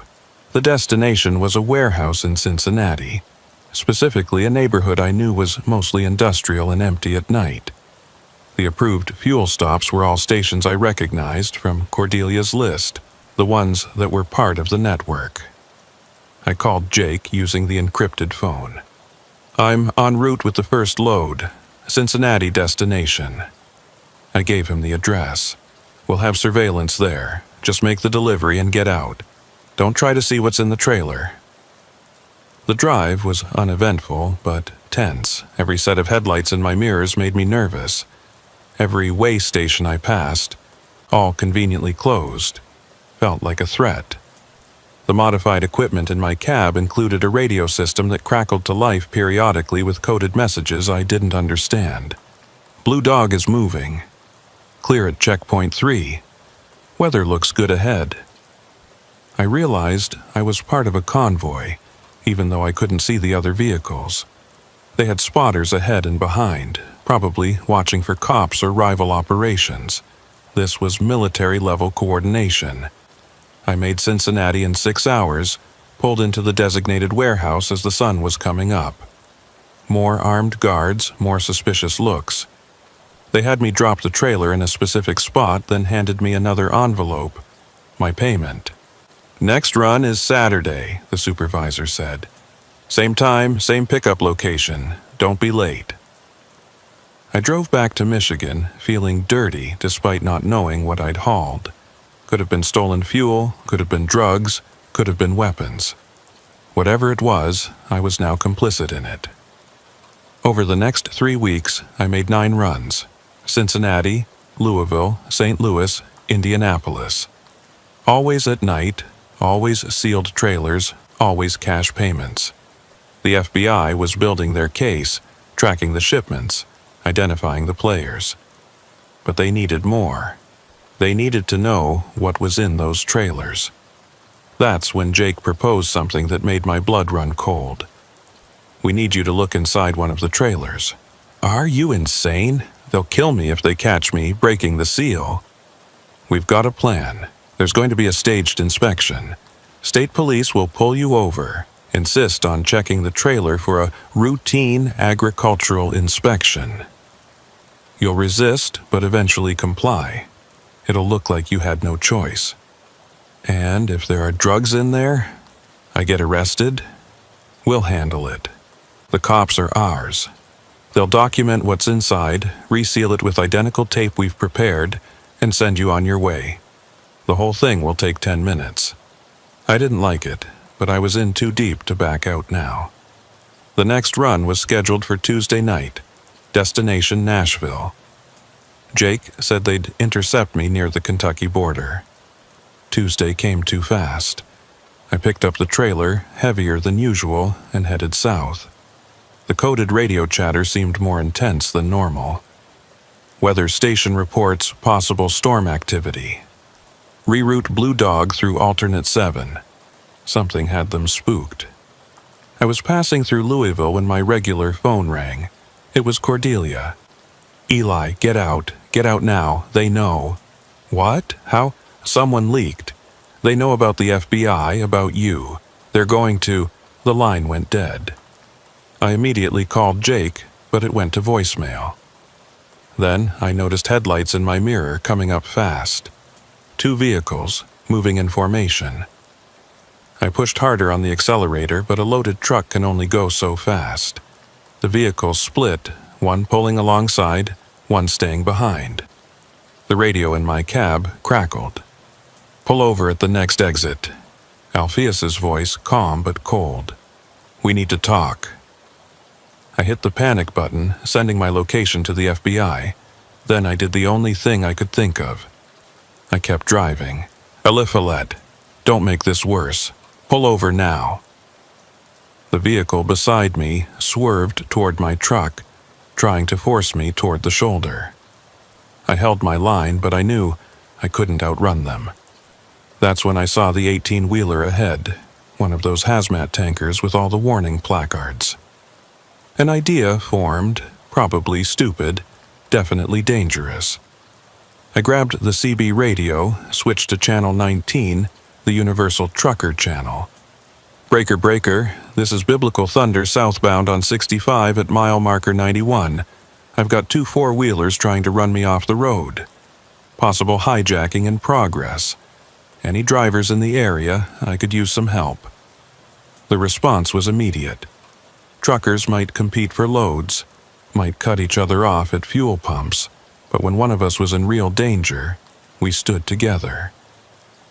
"This is Mud Duck, northbound at marker 89, making a U-turn now. Steel Horse here, southbound at 93. I see you, Biblical. Hang tight. Lazy Lightning, westbound on the 265 interchange. Coming your way." Within minutes, I had an escort. 2 trucks behind me, blocking Alpheus's vehicles from getting close. One beside me, preventing them from forcing me over. The hazmat tanker ahead slowed down, boxing us all into a rolling fortress at exactly 55 miles per hour. Alpheus's voice on the radio was furious. "You're making a mistake, Eliphalet. You can't run forever." But I didn't need forever. I just needed to buy time for the FBI to respond. We rolled in formation for 10 miles, a convoy of protection that Alpheus's cars couldn't break. Then I saw the helicopter overhead and the state police cars ahead, lights flashing. The roadblock was massive, 20 cars at least, FBI, state police, probably ATF. Alpheus's vehicles tried to flee but were immediately surrounded. I pulled over as directed, hands visible, following the instructions Jake had given me months ago for this scenario. An FBI agent I didn't recognize approached my cab. "Mr. Elafale, we need you to step out of the vehicle. You're safe now." But I wasn't safe. Not really. As they were arresting Alpheus and his crew, as they were opening the trailer to reveal not just stolen fuel but hundreds of kilos of synthetic opioids, I realized that this was just the beginning. Alpheus was middle management. The real players, the ones Cordelia had warned me about, were still out there. The FBI safe house was a nondescript apartment in Columbus, Ohio. 4th floor, 1 bedroom, windows that faced a brick wall. They told me it would be temporary, just until the trial. But temporary stretched into weeks, then months. I wasn't allowed to drive, wasn't allowed to contact anyone from my old life, wasn't even allowed to look out the window without permission. For a trucker who'd spent 34 years on the open road, it was like being buried alive. Jake visited twice a week, always with updates, always with more questions. They'd arrested 43 people in the initial sweep, seized $12 million in assets, shut down the entire fuel theft operation. But the big fish had gotten away. The people above Alpheus had vanished like smoke, along with most of the money and, more concerning, their list of everyone who'd cooperated with the investigation. "We've got you covered," Jake assured me. 24-hour protection. New identity ready to go after the trial. You did the right thing, Eli. But doing the right thing doesn't pay the bills. My truck had been impounded as evidence. My business was dead. No loads, no income, no future in the only career I'd ever known. The FBI gave me a stipend, enough for food and basic needs, but it was nothing compared to what I'd been making on the road. I spent my days watching trucks pass on the highway visible from the bathroom window, listening to traffic reports on the radio, calculating routes in my head for runs I'd never make. The walls felt like they were closing in a little more each day. Cordelia was in protective custody too, somewhere else. They wouldn't tell me where. 16 other station owners had come forward after the arrests, all telling the same story of extortion and threats. The case was solid, they said. Alpheus was looking at 25 to life. His crew would get similar sentences, justice was being served. But justice has a price, and I was paying it. The trial was set for September. As the date approached, strange things started happening. My FBI handlers found a GPS tracker on their vehicle. Someone had been asking questions about me at my old truck stops, showing my picture around. A safe house in Indiana where another witness was being held caught fire. Electrical problem, they said, but nobody believed it. Then Cordelia disappeared. Jake broke the news on a humid Tuesday morning. She'd gone out for groceries, against protocol, but understandable after months of confinement, and never came back. Her car was found in a rest stop parking lot, doors open, her purse still on the seat. No blood, no signs of struggle, just gone. "We're moving you," Jake said. "Tonight. New location, new detail, everything changes." But that night, as I was packing my few possessions, the power went out. Not just the apartment, the whole block. My protection detail immediately went on alert, radios crackling with tension. Emergency lighting kicked in, casting everything in a sick green glow. That's when I heard it. A sound I'd recognize anywhere. The distinctive rumble of a diesel engine, specifically a Detroit Series 60. The same engine in my impounded truck. I looked out the window despite protocol and saw it. My truck, my actual truck with my company name still on the door, idling in the alley below. "That's impossible," one of the agents said. "That vehicle is in federal impound." But there it was. And standing beside it, visible in the headlights, was someone I recognized but had never expected to see. Cordelia. She was alive, But something was wrong. Even from 4 floors up, I could see the way she stood, stiff and unnatural, like someone was holding strings. She looked up at my window and mouthed a single word, "Run." The apartment door exploded inward. Not kicked, not broken, exploded. The blast knocked 2 agents down, sent me flying into the wall. Through the smoke and chaos, figures in tactical gear stormed in. Not FBI, not police. These were professionals, military precision weapons I didn't recognize. An agent beside me managed to get his weapon out, fired 3 shots that should have hit center mass. The rounds struck, I saw them hit, but the attacker didn't go down. Body armor, high-end stuff, probably military grade. The attacker's return fire was a whisper, suppressed weapon, and the agent dropped. They weren't trying to kill me. That became clear quickly. They wanted me alive. One of them grabbed me, zip-tied my hands before I could resist, and started dragging me toward the door.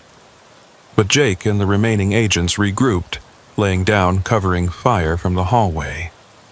"Kitchen window!" Jake yelled. "Fire escape!" I rolled that direction, hands still tied, as the apartment turned into a war zone. Jake cut my ties and shoved me toward the window. "My truck!" I gasped. "They have my truck!" "Forget the truck, move!" But I couldn't forget it. That truck was my life, my identity, everything I'd built over 3 decades. Seeing it down there was like seeing a piece of myself that had been stolen and corrupted. The fire escape was rusted, probably hadn't been used in years. It groaned under our weight as we descended, Jake covering our retreat. We made it 2 floors before they started shooting from the window above. Rounds sparked off the metal, shattering windows, sending cascades of glass into the alley. That's when my truck roared to life properly, and I heard a voice over its CB radio, amplified through external speakers I'd installed years ago for yard communication. It was Alpheus. "Hello, Eliphalet. Did you really think federal custody would protect you? Did you think we wouldn't have people inside? Every agency, every department, we own someone. You cost us everything. Now we're returning the favor." The truck lurched forward, and Cordelia was still standing there, but now I could see the device strapped to her chest, the red lights blinking. They'd turned her into a weapon. "Choose," Alpheus's voice continued. "Come with us now, call off your testimony, and she lives. Keep running, and she dies. You have 30 seconds. Jake grabbed my arm. "It's a trap, we can't," but I was already moving, not toward them, but toward the truck, my truck. I knew every inch of that machine, every modification I'd made over the years, including the emergency fuel cutoff I'd installed after a close call with a fuel fire years ago. A hidden switch under the rear bumper that would immediately stop fuel flow to the engine. I sprinted across the alley, dove under the trailer just as shots rang out above. My fingers found the switch through muscle memory, flipped it. The engine coughed, sputtered, died. The electrical systems would stay on for a few minutes on battery power, but the truck wasn't going anywhere. In the confusion, Jake's backup finally arrived. Real FBI this time, dozens of them, surrounding the alley. The attackers tried to flee but found themselves trapped. The smart ones surrendered. The others didn't make it. Cordelia was rescued. The device on her was fake. Psychological warfare, nothing more. She'd been held in a warehouse, forced to participate by threats against her family. The trauma in her eyes was real, though. Whatever she'd seen, whatever they'd done to her in those missing days had broken something inside. They never found Alpheus. The voice had been a recording, triggered remotely. He was probably states away, maybe even out of the country. But they did find his inside man, a senior FBI administrator who'd been feeding them information for years, paid off with money from the fuel theft operation. The trial went ahead without me. They used my recorded testimony, the evidence I'd gathered, but I wasn't there. I was already gone, relocated under witness protection to a place I can't name, with a name that isn't mine, doing work that isn't trucking. They gave me a new identity, a new history, even a new CDL under my new name. But I can't use it. Too risky, they say. Too many people in the trucking world know my face, my habits, my patterns. One slip, and they'd find me. So I worked in a warehouse, loading trucks instead of driving them. Watching other drivers head out on runs I used to make, routes I still dreamed about. The pay was terrible. The work was mindless, but I was alive. That's what Jake told me when he checked in every few months.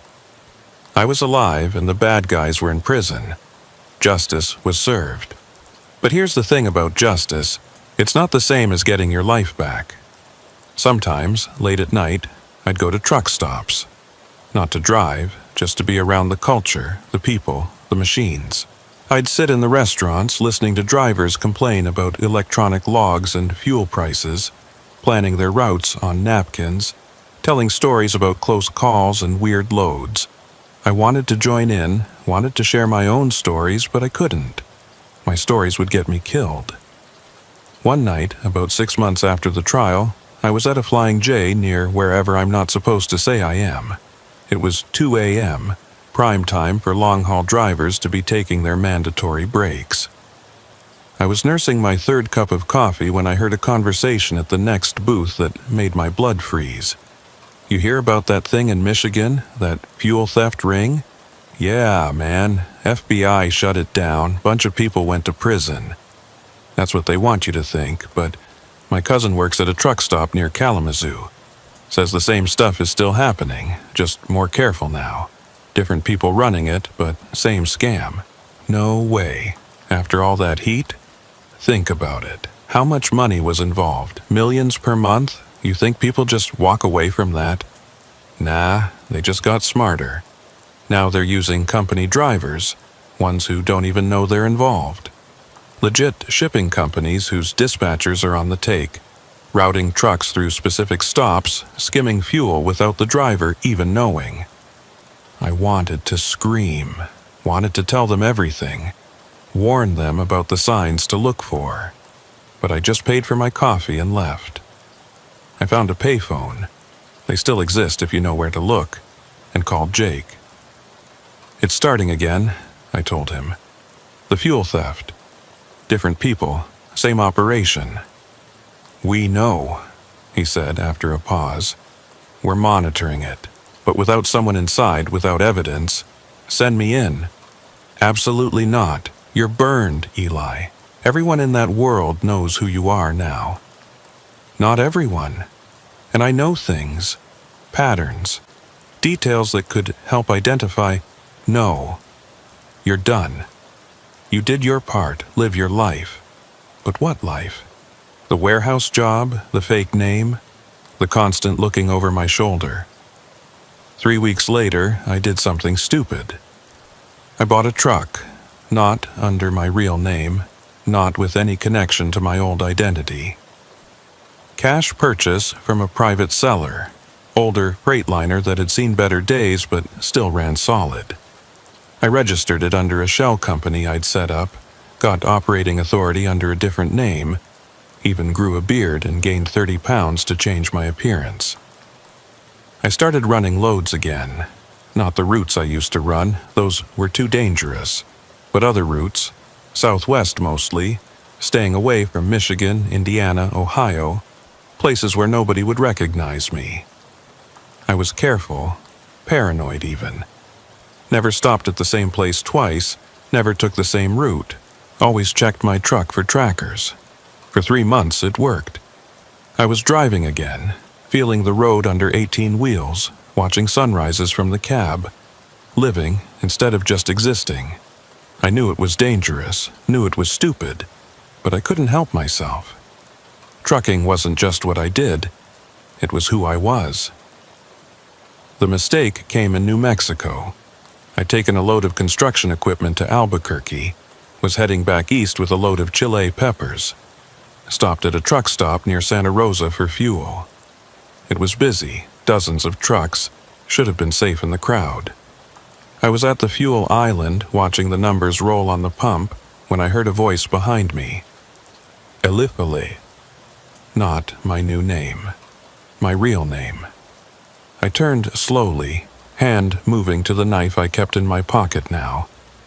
It was Cordelia, but not the broken, traumatized Cordelia from the safe house. This was different, harder. Her eyes were clear, focused, dangerous. Hello, Eli. We need to talk. You're supposed to be in protection. I left, month ago. Couldn't stand it anymore, same as you apparently. She gestured at my truck. Nice rig. Bit of a downgrade from your old one. What do you want? Same thing you want. My life back, my business back, justice that actually means something. The people responsible are in prison. She laughed, bitter and sharp. The puppets are in prison. The real players, the ones who actually profited, they're still out there. Still running operations, still destroying lives. The FBI got their headlines, their conviction stats. Case closed as far as they're concerned. But you and I know better. We know it's not over. She pulled out a folder, handed it to me. Inside were photos, documents, financial records. I've been investigating on my own, she said, following the money that the FBI didn't care about once they got Alpheus. It leads to a company in Detroit, legitimate on the surface, logistics, transportation, consulting. But underneath, they're the ones who set up the fuel theft. They're the ones who ordered the hits, and they're setting up a new operation, bigger than before. Why are you telling me this? Because I can't do it alone. I need someone who knows the trucking world. Someone who can move freely, gather information. Someone they think is gone. You're asking me to give up my protection, my new identity, everything. I'm asking you to fight back, really fight back. Not just testify and hide, but take them down completely. I looked at the documents. Names I recognized, companies I'd delivered to, routes that made sense now in a different context. She was right. The cancer was still there, still spreading. What's your plan? We become what they were. We set up our own operation, but clean. We buy a truck stop, run it legitimate, but use it to monitor their activities. We recruit drivers, honest ones who've been hurt by these people. We build a network that can watch and document everything they do. That would take money. Serious money. She smiled for the first time. Remember that 10,000 Alpheus gave you as a signing bonus? The FBI never found all the cash from the operation. Millions hidden in various places. I know where some of it is. We use their own money against them. It was insane. It was dangerous. It was probably going to get us both killed. I'm in, I said. That was 8 months ago. We bought a truck stop in Missouri, right off I-70. Nothing fancy, but strategic location. A crossroads where a lot of cargo moves through. We hired drivers who'd been victims of the theft ring, mechanics who'd been forced to modify pumps, office workers who'd been threatened into silence. All of us fugitives from witness protection, all of us with nothing left to lose. We called ourselves the Highway Underground. Dramatic name, but it fit. We monitored fuel purchases, tracked suspicious trucks, documented patterns. When we found evidence of new theft operations, we didn't go to the FBI. They'd just arrest us for violating our protection agreements. Instead, we went to the drivers. The truck stop we bought was called the Crossroads Haven. Previous owner had died of a heart attack. A real one, we verified. And his widow just wanted out. We paid cash, changed nothing about the exterior, kept all the original staff who wanted to stay. To anyone driving by, it looked exactly the same as it had for 20 years. But underneath, we were building something revolutionary. Every fuel pump had hidden cameras that captured license plates and dot numbers. Every transaction was logged and cross-referenced against databases we'd built of known theft operations. We installed sensors that could detect the electronic signatures of the remote pump controllers the thieves used. And most importantly, we had eyes and ears everywhere. Drivers who stopped regularly, mechanics who worked on suspicious trucks, even lot lizards who overheard conversations they shouldn't have. Cordelia ran the legitimate business side while I coordinated our network of driver informants. We had 37 truckers who were actively gathering intelligence, all of them victims of the original ring or similar operations. They didn't work for free. We paid them from the stolen money Cordelia had recovered, turning blood money into justice funds. The first breakthrough came 3 months after we opened. A driver named Big Tom, one of our informants, noticed something odd at a fuel stop in Detroit. Trucks were pulling in, connecting to the pumps, but not actually fueling. The displays showed gallons dispensed, credit cards were charged, but the trucks weren't getting heavier. The fuel was going somewhere else. I took a run up there myself, pulling a legitimate load of lumber to maintain my cover. The station was a massive plaza-style stop, dozens of pumps, hundreds of trucks daily. Perfect place to hide a theft operation in plain sight. I fueled up at different pumps over 2 days, measuring actual fuel received against what I was charged for. The scam was sophisticated. They were only skimming about 8%, small enough that most drivers wouldn't notice, but across hundreds of trucks, it added up to thousands of gallons daily. But this time, I didn't just document it. I followed the money. The station was owned by a company called Midwest Transit Solutions. They owned 14 truck stops across Michigan, Indiana, and Ohio. Their CEO was a man named Vincent Caruso, and a little digging showed he had connections to the same Detroit families Cordelia had mentioned. More interesting, his company had recently acquired 3 of the stations that had been shut down after the original FBI raid, buying them for pennies on the dollar. We needed more than suspicion. We needed proof. So I did something incredibly dangerous. I applied for a job with them, not as a driver, but as a fuel system maintenance technician. I'd learned enough about the modified pumps during the original investigation to fake expertise. Used a false identity that would stand up to a basic background check but not a deep dive. The interview was at their corporate office in Detroit, a gleaming tower that screamed legitimate business. Vincent Caruso interviewed me personally, which should have been my first warning. CEOs don't usually interview maintenance techs. He was exactly what you'd expect. Expensive suit, perfect teeth, eyes that never quite smiled even when his mouth did. "You have experience with our type of fuel systems?" he asked, sliding a technical diagram across the desk.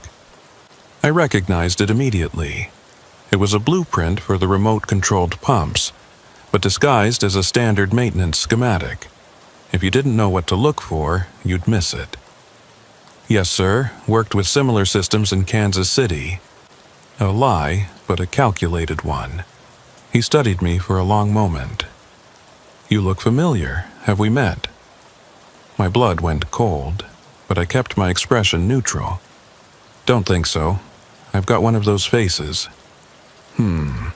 He made a note on his pad.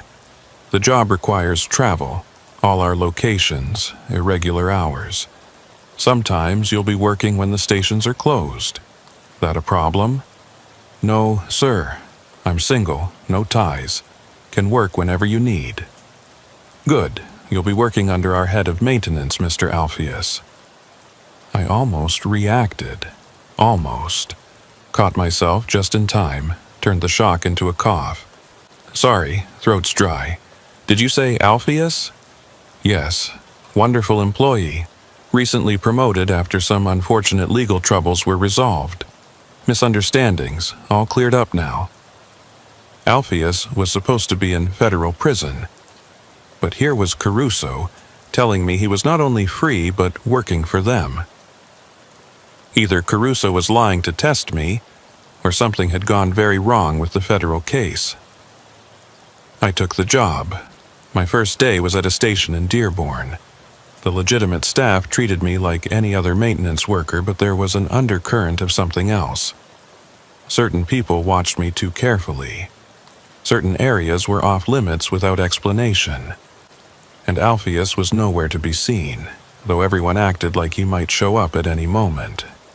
The head mechanic, an older guy named Carl, took me under his wing, showed me the normal maintenance routines, the legitimate stuff. But on my third day, he took me to a restricted area behind the station. "Real work happens here," he said, unlocking a reinforced door. Inside was a control room that looked like something from a NASA facility. Monitors showing every pump at every station they owned, real-time fuel flow data, transaction logs, and, most telling, a second set of displays showing diverted inventory. "Every station has secondary tanks," Carl explained, probably thinking I already knew. "Computer controls the diversion rate based on traffic patterns, time of day, even weather. Maximize skim without triggering suspicion." "Sophisticated," I said, taking mental photos of everything.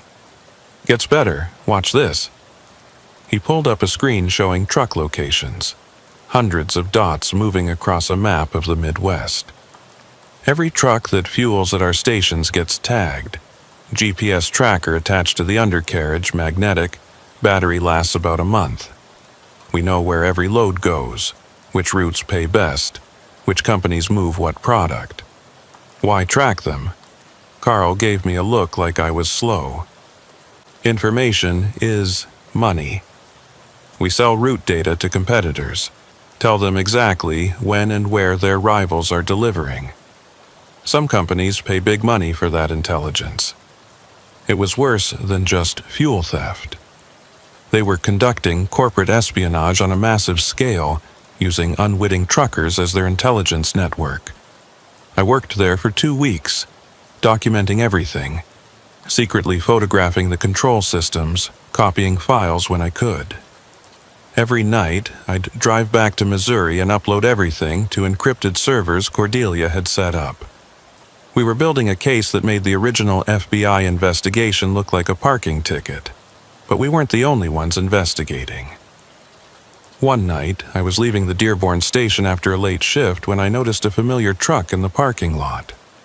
My old Peterbilt, the one that had supposedly been in federal impound. But the DOT numbers were different, the company name painted over. I walked closer, careful to stay in the camera blind spots I'd memorized. The door was unlocked. Inside, the cab had been stripped and rebuilt. All my personal touches were gone, replaced with surveillance equipment. Cameras, recording devices, satellite uplinks. This wasn't just my old truck, it was a mobile command center. Beautiful machine, isn't it? I spun around. Alpheus stood there very much not in prison, holding a gun loosely at his side. "Hello, Eliphalet. Or should I say David?" Using my fake identity name. "Did you really think we wouldn't figure it out? Vincent knew who you were the moment you walked in. We've been watching you for months, ever since you and Cordelia started your little underground railroad. How are you not in prison?" "Prison?" He laughed. "I spent 3 weeks in federal custody before making bail. The trial? My lawyers got everything thrown out on technicalities, illegal search, compromised evidence chain, witness credibility issues. Amazing what money can buy in the justice system." He gestured with the gun toward the truck. "Get in. We're going for a ride." I calculated my chances. The gun was a problem, but he was standing close, too close. I'd learned some things during my time in protection, things the FBI taught witnesses who might need to defend themselves. But before I could move, more figures emerged from the shadows. 4 men, all armed, all watching me with professional focus. "Don't be stupid," Alpheus said. "You're valuable alive. Dead, you're just another missing trucker." I got in the truck. Alpheus climbed into the passenger seat while one of his men took the wheel. The others followed in separate vehicles. We pulled out onto I-94, heading west toward Chicago. "You cost us $40 million, Alpheus said conversationally, like we were discussing weather. "The FBI raids, the frozen accounts, the closed stations. $40 million. Do you have any idea what that means to our organization?" "Good start?" He backhanded me, casual but hard enough to split my lip. "It means we had to get creative. The fuel theft was easy money, low risk. Now we're into harder things, more dangerous cargo, more violent partners." He pulled out a tablet, showed me a screen full of routing data. "Every truck you and Cordelia tagged, every driver in your network, we know them all. We've been feeding you information, letting you think you were winning." My blood went cold. We'd been compromised from the start. "Where's Cordelia?" "Safe. For now. She's actually quite talented. We've offered her a position running our Missouri operation. Your little truck stop would make an excellent addition to our network." "She'll never work for you." "No, we'll see. People change their minds when properly motivated." We were passing through Gary, Indiana when I saw them. 3 trucks running in formation, matching our speed exactly.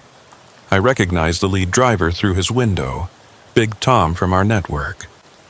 Somehow they'd found us. Somehow they were tracking me. The CB radio in the truck crackled to life. "Breaker, breaker. This is the cavalry. Biblical thunder, you copy?" My old handle. Tom knew I was in this truck. I lunged for the radio, but Alpheus grabbed my wrist. "Don't," he warned. But I could see uncertainty in his eyes. He hadn't expected this. More trucks appeared. 4, 5, 6, all matching speed, boxing us in. The driver of my truck started sweating, looking for an exit, but the truckers had us locked in tight. "State police ahead," someone said over the radio. "Roadblock at mile marker 74. All trucks be advised." But it wasn't a normal roadblock. As we came over a rise, I could see dozens of police cars, but also news vans, helicopters overhead. This was a major operation, and we were driving right into it. Alpheus grabbed the radio. "All units abort. Scatter pattern Delta." But his chase vehicles couldn't get through the wall of trucks surrounding us. We were trapped, being herded directly into the police checkpoint. Alpheus turned to me, gun raised. "You set this up?" "No," I said honestly, "but my friends did." The truck lurched as the driver tried to brake, but Big Tom's truck bumped us from behind, keeping us moving forward. The police vehicles ahead turned on their lights, officers taking positions behind their cars. This was going to end one of 2 ways, and neither was good for Alpheus. He made a decision. "Stop the truck." The driver pulled over, still a quarter mile from the roadblock. Alpheus grabbed me, gun to my head, and forced me out of the cab. The other truckers stopped too, forming a semicircle around us. I could see faces I recognized, drivers from our network, but also others, strangers who'd joined the convoy. "Back off!" Alpheus shouted. "Everyone back off, or he dies!" That's when Cordelia's voice came over the CB, broadcast through someone's external speakers. "Alpheus, this is Cordelia. You're surrounded by 47 trucks and half the Indiana State Police. FBI is en route. It's over. I've got a Lifolet. And we've got video evidence of you kidnapping him, transmitted live to every news station in the Midwest. You're on national television right now. Smile for the cameras." I could see the news helicopters circling overhead, cameras pointed directly at us. Alpheus's hand was shaking now, the gun wavering. "Let him go," Cordelia continued. "You're already going to prison. Don't add murder charges." "I'm not going back to prison," Alpheus said, and I heard the desperation in his voice. "I'll die first. That's your choice. But Eli doesn't have to die with you." The standoff lasted 10 more minutes. Alpheus rambling about respect, about honor among thieves, about how we'd destroyed something beautiful. The police moved closer, inch by inch, while the truckers held their ground. Finally, a police negotiator took over from Cordelia, talking in calm, measured tones about surrender procedures, about how this could end peacefully. It was the news helicopters that finally broke him. One swooped low, the downdraft from its rotors kicking up dust and debris. Alpheus flinched, his grip loosening for just a second. That's all I needed. I dropped, twisted, and ran. Not toward the police, but toward the nearest truck. Big Tom's truck. Alpheus fired twice. The first shot went wide. The second caught me in the shoulder, spinning me around. But momentum carried me forward, and Tom pulled me up into his cab as more shots rang out. The police returned fire, and Alpheus went down. I don't remember much after that. EMTs, ambulances, lots of questions from lots of badges. Surgery to remove the bullet, which had thankfully missed anything vital. When I woke up properly, Jake was sitting beside my hospital bed. "You're an idiot," he said. "You violated witness protection, conducted illegal surveillance, interfered with an ongoing federal investigation, and nearly got yourself killed. Good to see you, too. We've been watching Caruso's organization for months, building a RICO case that would have taken down the entire network. You almost blew it." "Almost?" He smiled despite himself. "Your intelligence helped. The files you uploaded, the documentation. We were able to accelerate our timeline. Raids went down this morning. 14 truck stops, the corporate office, even Caruso's home, 130 arrests. Alpheus survived. He'll live to stand trial. Real trial this time, federal prosecutors who aren't on the take. And Cordelia? Down the hall. Bullet grazed her leg during the raid on your truck stop. Yeah, they hit that too. But your people fought back. Quite effectively, actually. Turns out truckers with tire irons are surprisingly good at defense." He stood to leave, then turned back. "Your witness protection is blown. No way to salvage it. But given what you've done, the Bureau is willing to offer you something else. Consultant position, helping us understand and prevent these operations. Decent pay, real identity, ability to drive again. I just want my truck back. My real truck. The Peterbilt, it's evidence now, but when the case is over," he shrugged. "We'll see what we can do." The trials took 2 years. Vincent Caruso got life without parole. Turns out the fuel theft was just the tip of his criminal iceberg. Alpheus got 40 years, eligible for parole in 20 if he behaves. Dozens of others got various sentences. The fuel theft ring was completely dismantled, this time for real. Cordelia and I kept the truck stop, renamed it Haven's Rest, and run it completely legitimate now. We still help drivers who've been wronged, still gather information about criminal operations, but now we pass it directly to law enforcement. We're officially FBI consultants, which provides some protection and a steady income. I got my truck back eventually. Had to completely rebuild it. They'd destroyed it, converting it to surveillance, but the frame was still good, the engine still solid. Cost me everything I'd saved, but it was worth it. First time I fired it up, heard that Detroit Series 60 rumble, I actually cried. I'm back on the road now. Different routes, always varying, always careful. I know there are still people out there who'd like to see me dead. Family members of those we put away, competitors who lost money, corrupt cops who lost income. But I refuse to live in fear. The road is my home. Always has been. Always will be. Sometimes I stop at truck stops and talk to young drivers. the ones just starting out. I tell them to watch their fuel gauges, check their receipts, trust their instincts when something feels wrong. Most think I'm just a paranoid old-timer, but occasionally one will lean in and ask, "Are you him? Are you Biblical Thunder, the one who broke up the ring?" I never confirm it, but I don't deny it either. The truth is, the fight never really ends. For every operation we shut down, another starts up. Different people, same greed. The FBI task force I work with now has identified 17 new fuel theft operations in the last year alone. Smaller, smarter, having learned from the mistakes of those who came before. But we've learned too.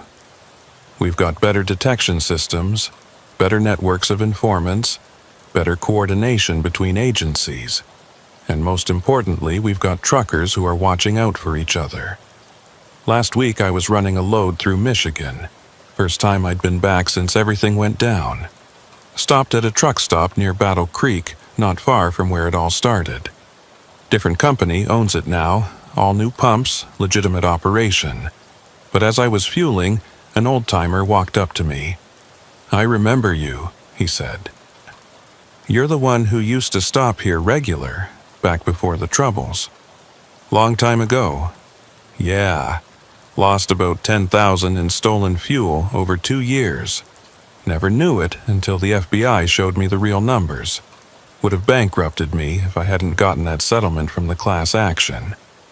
Glad you got something back." He studied me for a moment. "My nephew's just starting out, owner-operator, struggling to make ends meet. Any advice?" I thought about it. "Tell him to trust his numbers. If something doesn't add up, there's a reason. Tell him to watch out for other drivers and they'll watch out for him. And tell him—" I paused, remembering all the pain, all the loss, all the fights. "Tell him the road remembers everything, every crime, every kindness, every stand someone takes. Make sure he's on the right side of that memory." The old-timer nodded, shook my hand, and walked away. I finished fueling, every gallon accounted for, and got back on the road. I drive different routes now, but the job's the same. Pick up here, deliver there, keep the economy moving one load at a time. The FBI work is just a sideline, something I do because I can. Because I've seen what happens when good people do nothing. But mostly I drive because it's who I am. Eliphalet the trucker. Biblical Thunder on the CB. The one who stood up to the thieves and lived to tell about it. The road ahead stretches endless under my headlights, full of possibilities and dangers in equal measure. My shoulder still aches where the bullet hit, a permanent reminder of how close I came to losing everything. But I'm still here, still rolling, still fighting the good fight. Because that's what truckers do. We keep moving forward, no matter what tries to stop us. We watch out for each other, even when no one else will. And when someone tries to steal from us, tries to corrupt our industry, tries to break our brotherhood, we stand together and fight back. The fuel theft ring is dead. Long live the honest drivers who killed it. But I still check my fuel gauges obsessively, still calculate consumption at every stop, still watch for the signs of tampering. Once you've seen how deep the corruption can go, you never fully relax again. That's the real price of justice. Not the bullet wound or the lost years, but the permanent vigilance. The knowledge that evil doesn't disappear. It just changes shape and tries again. My phone buzzes. Jake, with intel about a new operation running through Illinois. Fake weigh stations that overcharge permits, then offer to fix the problem for cash. Small time compared to what we faced, but crime is crime. I programmed the GPS for Chicago, already planning my approach. I'll need to recruit some local drivers, set up surveillance, build a pattern of evidence. The same work, different day. As I merge onto the interstate, the CB comes alive with chatter. Weather reports, traffic updates, drivers warning each other about speed traps and construction zones. The brotherhood of the road, alive and well, protecting its own. "Biblical thunder, you out there?" Big Tom's voice cuts through the noise. 10-4, Big Tom, rolling westbound. Heard there might be some weather in Illinois. The kind that affects fuel prices, if you know what I mean. He's heard about the new operation, too. Word travels fast among truckers. "Copy that. Might have to stop and check the forecast. Got your back if you need it. Cavalry's always ready." "Appreciate it, brother." The sun sets behind me as I drive toward another fight. Another chance to protect the drivers who just want to make an honest living. Cordelia calls to update me on something suspicious at a competitor's truck stop. 3 other drivers check in with intelligence they've gathered. The network is strong, growing stronger every day. This is my life now. Part trucker, part investigator, full-time guardian of the road. It's dangerous, exhausting, and probably will get me killed eventually. But it's also necessary. Someone has to stand watch. Someone has to fight back. Someone has to remember. And until my last mile, that someone is me. The road stretches on, and I follow it into the darkness, ready for whatever comes next. Because I'm a trucker, and truckers never quit. The name's Phineas, and before you ask, yes, it's my real name. My grandfather was Phineas, his grandfather was Phineas, and somewhere back in the family tree there's probably a whole line of us stretching back to when people thought naming your kid after biblical figures would guarantee them a righteous life.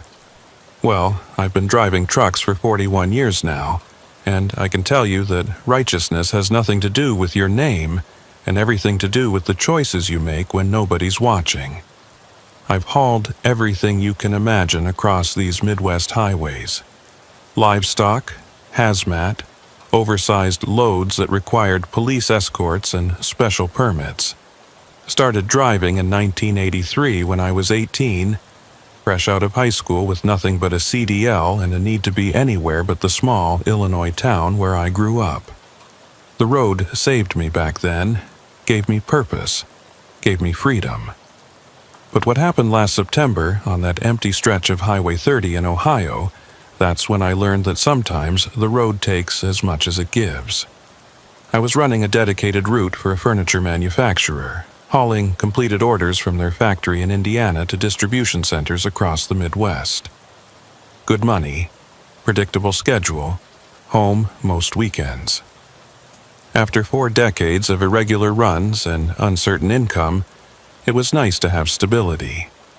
My dispatcher, a woman named Sophronia who'd been in the business almost as long as me, kept me busy but never pushed too hard. She understood that us older drivers knew our limits, knew when to push through and when to pull over. It was a Thursday evening, around 8 p.m. when I first saw the truck. I was eastbound on US 30, about 50 miles west of Mansfield, Ohio. That stretch of highway is mostly farmland, corn and soybeans as far as you can see during the day. But at night it's just darkness punctuated by the occasional farmhouse light. The moon was new that night, making everything beyond my headlights invisible.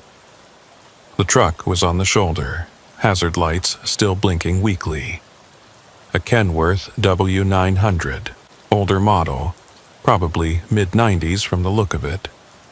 Blue cab with custom striping, though the paint was faded and dirty.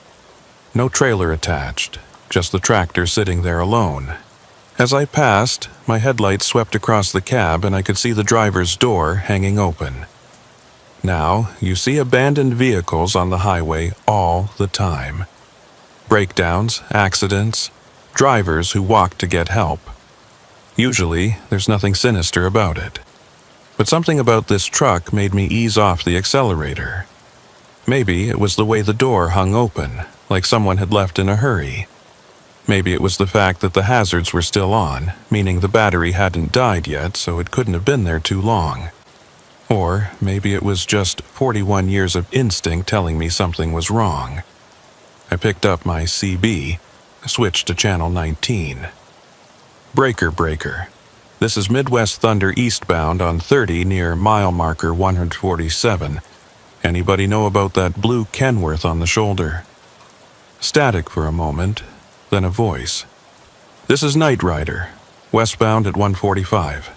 Saw that truck there this morning when I was heading east. Hasn't moved all day. All day, with the door open and hazards still running. That wasn't right. I should have just called it in to the state police and kept driving. Should have minded my own business. But I've always had this problem with leaving things alone when they don't feel right. So I slowed down, found a wide spot about a quarter-mile ahead, and carefully turned my rig around. I pulled up behind the abandoned truck, positioning my headlights to illuminate it fully. Left my engine running, grabbed my flashlight and my phone. I also grabbed the tire iron I keep behind my seat. You never know. The closer I got, the more wrong everything felt. The truck was clean, not new clean, but maintained clean. Someone cared about this rig. The tires were good, not worn. The DOT numbers on the side were clear and current. The license plate was from Michigan. Commercial tags that wouldn't expire for another 3 months. I approached the open door carefully, flashlight beam leading the way. The interior light was off, which was strange given that the door was open. Usually, that would trigger the dome light. I shone my flashlight inside. The cab was immaculate. No trash, no scattered belongings, everything in its place. The keys were still in the ignition, engine off but electrical system still on. That's why the hazards were still working.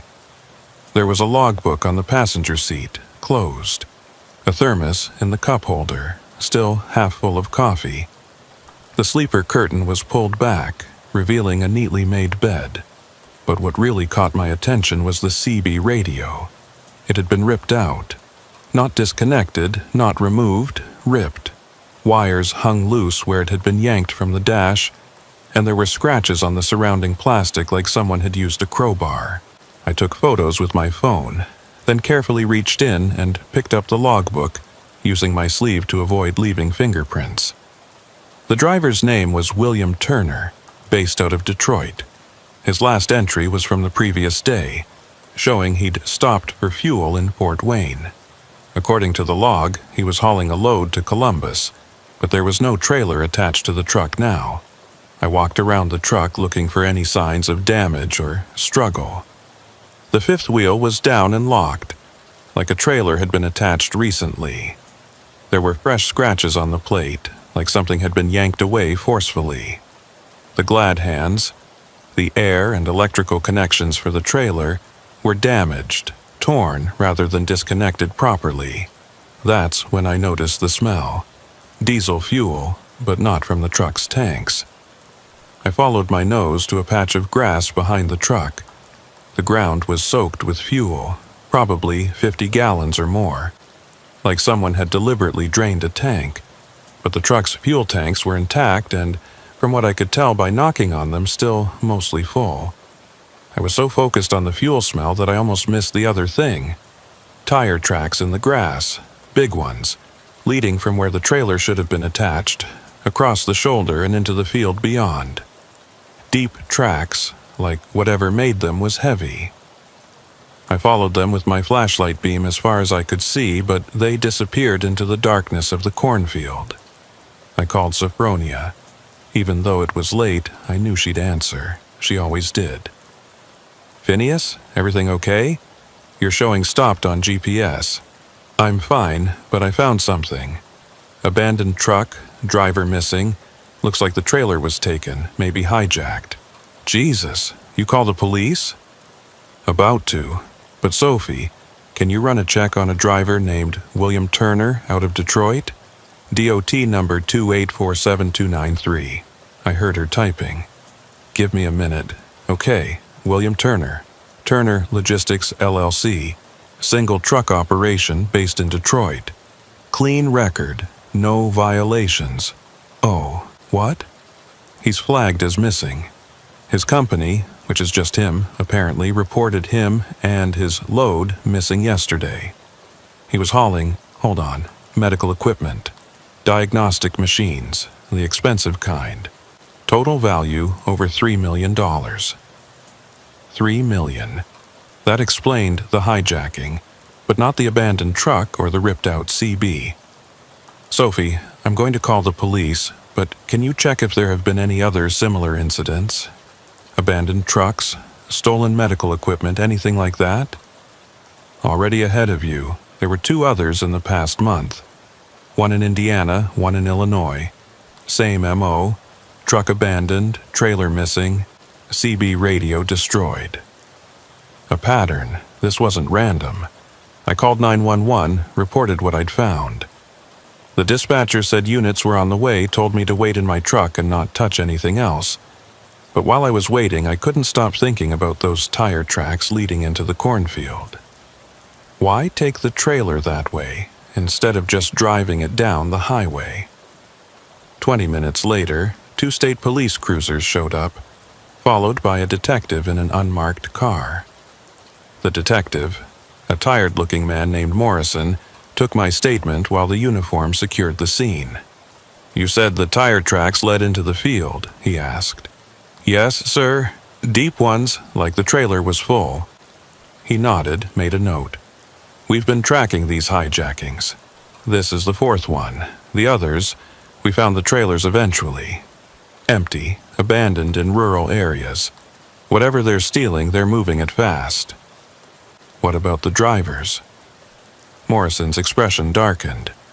2 turned up. One was found wandering a truck stop 3 days later, confused, claiming memory loss. The other... He paused. The other was found dead in a ditch 50 miles from where his truck was abandoned. Heart attack, the coroner said, but he was 35 and healthy. "And the 3rd driver? Still missing. That's Turner, the one whose truck you found." A chill ran down my spine. $3 million in medical equipment was worth killing for, but this felt like more than just theft. "Detective, why destroy the CB radios?" "We think it's to prevent the drivers from calling for help immediately, but it's strange. Most would just take the whole truck or disable it completely. This is specific." I gave him my contact information, then got back in my truck, but I couldn't shake the feeling that I was missing something. As I pulled away, I took one last look at the abandoned Kenworth in my mirrors. The hazard lights had finally died, leaving it as just a dark shape against the darker night. I made my delivery in Columbus the next morning, but my mind wasn't on the job. I kept thinking about William Turner, about those tire tracks, about the pattern Morrison had described. After I got unloaded, instead of heading back immediately, I drove to the truck stop where the first hijacking had happened. It was a small place off I-70, the kind of independent stop that was barely hanging on against the big chains. The manager, an older woman named Ruth, remembered the incident. "Happened right there," she said, pointing to the far corner of the lot. "Driver came in around midnight, said he was taking his break. Next morning, truck was still there, but he was gone. Door open, just like you described, trailer missing. Did he seem normal when he came in?" She thought about it. "Now that you mention it, he seemed nervous. Kept looking over his shoulder. Bought 3 cups of coffee like he was planning to drive all night despite saying he was taking a break." "Did he mention anyone following him? Any problems?" "No, but..." She hesitated.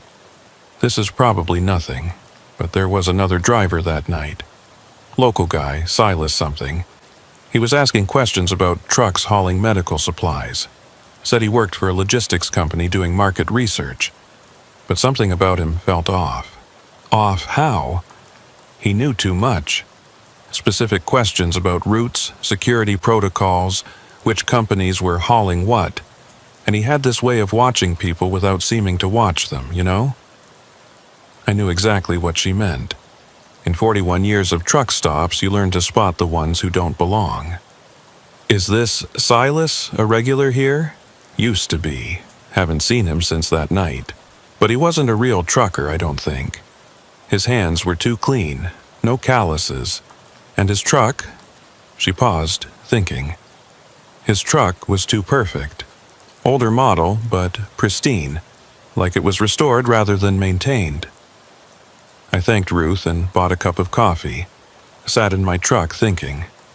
A fake trucker asking about medical shipments, hijackings that followed a pattern, drivers who ended up dead or with convenient memory loss. This wasn't just theft. This was organized, planned, professional. I called Sophronia again. Sophie, I need you to do me a favor. Check if there have been any unusual patterns in medical equipment shipments lately. Delays, route changes, anything. Phineas, what are you getting yourself into? Maybe nothing, maybe something. Just check, please. She sighed. Fine, but you be careful. This sounds like the kind of trouble that gets drivers hurt. While I waited for her to get back to me, I drove to the location where the second hijacking had occurred. Another truck stop, this one larger, part of a major chain. The security manager there was more helpful. They'd caught the whole thing on camera. Want to see something weird? He asked, pulling up the footage on his computer. The timestamp showed 3:47 a.m. A truck pulling a trailer entered the frame, parking in a remote corner of the lot. The driver got out, walked normally to his truck's rear, then suddenly stopped. He stood there for about 30 seconds, completely still, then walked back to his cab and opened the door. Another figure appeared from the shadows, tall, thin, wearing dark clothes and a baseball cap pulled low. Watch this part, the security manager said. The two figures appeared to have a conversation, though there was no audio. Then the driver reached into his cab and pulled out what looked like his CB radio, handed it to the stranger. The stranger did something to it. The video wasn't clear enough to see what, then handed it back. The driver got in his cab, and the stranger walked to the trailer, did something at the connection point, and then the video glitched. Electromagnetic interference, the security manager explained. Something scrambled our cameras for about 3 minutes. When they came back online, the screen cleared. The truck was still there, door open, but the trailer was gone. So we're both men. How is that possible? You can't move a loaded trailer that fast. You can if you have another truck waiting just outside camera range. They knew exactly where our blind spots were. This was definitely organized, but something bothered me about what I'd seen. Can you play that part again, where the driver hands over the CB? He rewound the footage. I watched carefully. The driver's movements were strange, mechanical, like he was sleepwalking. Did this driver ever turn up? Yeah, 3 days later. Found him at a rest area.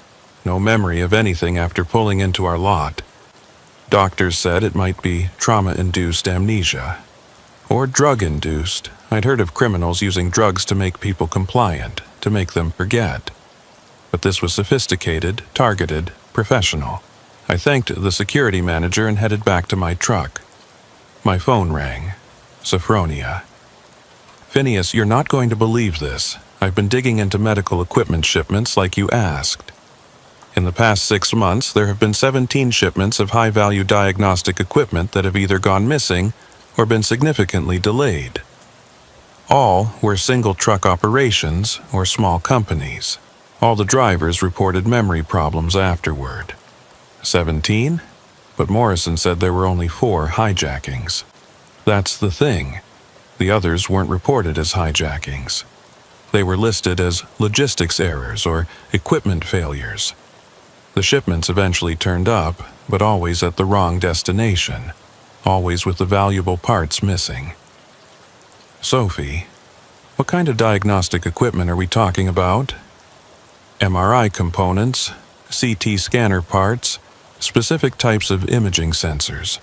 All stuff that's worth a fortune and hard to trace once it's separated from the main unit. Medical equipment that could be parted out and sold. Memory loss that prevented witnesses. Professional thieves who knew exactly which trucks to target and when. This was big, bigger than just a few hijackings. Sophie, I need you to... She cut me off. Phineas, there's something else. William Turner, the driver whose truck you found. He called our dispatch office yesterday. What? When? About 2 hours before you found his truck. He didn't make sense, kept saying someone was following him, that they were in his head. The dispatcher thought he was having a breakdown, told him to pull over and call 911. That's the last anyone heard from him. In his head? What did that mean? Sophie, can you send me the recording of that call? Already sent it to your phone. Phineas, maybe you should let the police handle this. Yeah, maybe. But we both knew I wouldn't. I listened to the recording. Turner's voice was panicked, slurred like he was drunk or drugged. They're in my head. Can't think straight. They want me to stop. God, the lights. The lights are so bright. Have to get away. Have to hide the trailer. They can't have it. Won't let them. Then, static, and the call ended. The lights. He mentioned lights. I thought about the video glitch the security manager had shown me. Electromagnetic interference. What if... I called Morrison, the detective.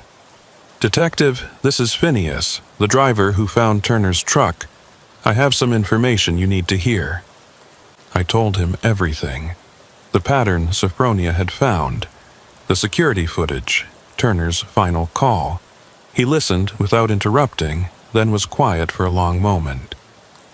Mr. Phineas, I appreciate your diligence, but you need to stop investigating this. Why? Because you're not the first person to notice these patterns. We've been working with federal agencies on this for months. These aren't just random hijackings. There's an organization involved, one that has resources and reach we're still trying to understand.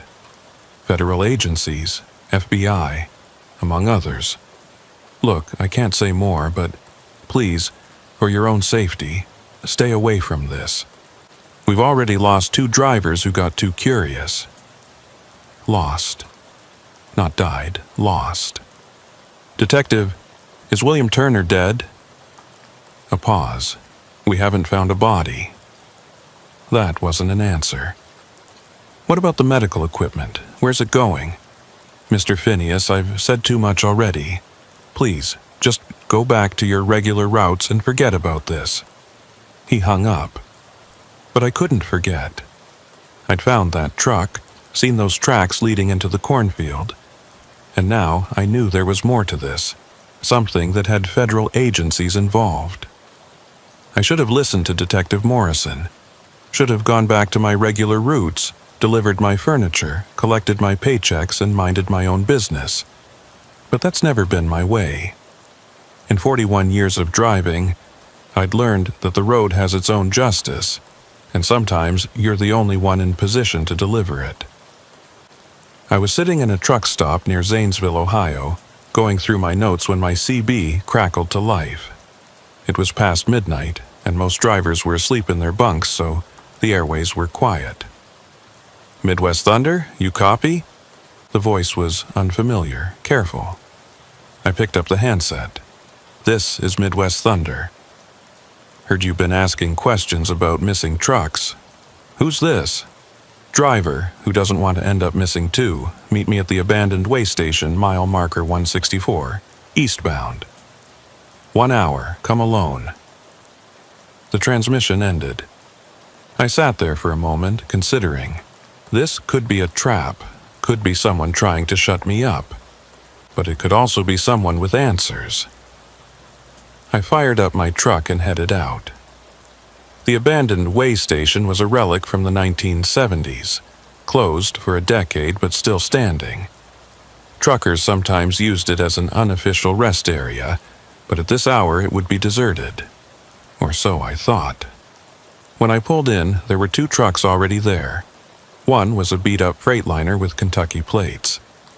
The other made my blood run cold. It was pristine, older model Peterbilt, restored to perfection, just like Ruth had described. Silas. I parked strategically, keeping my exit clear, engine running.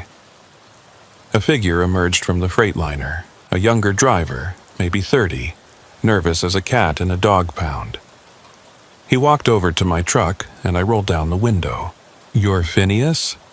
"Yeah, you called me out here." "Name's Marcus. I drive for a small medical supply company. Been doing it for 5 years, never had any trouble until last month."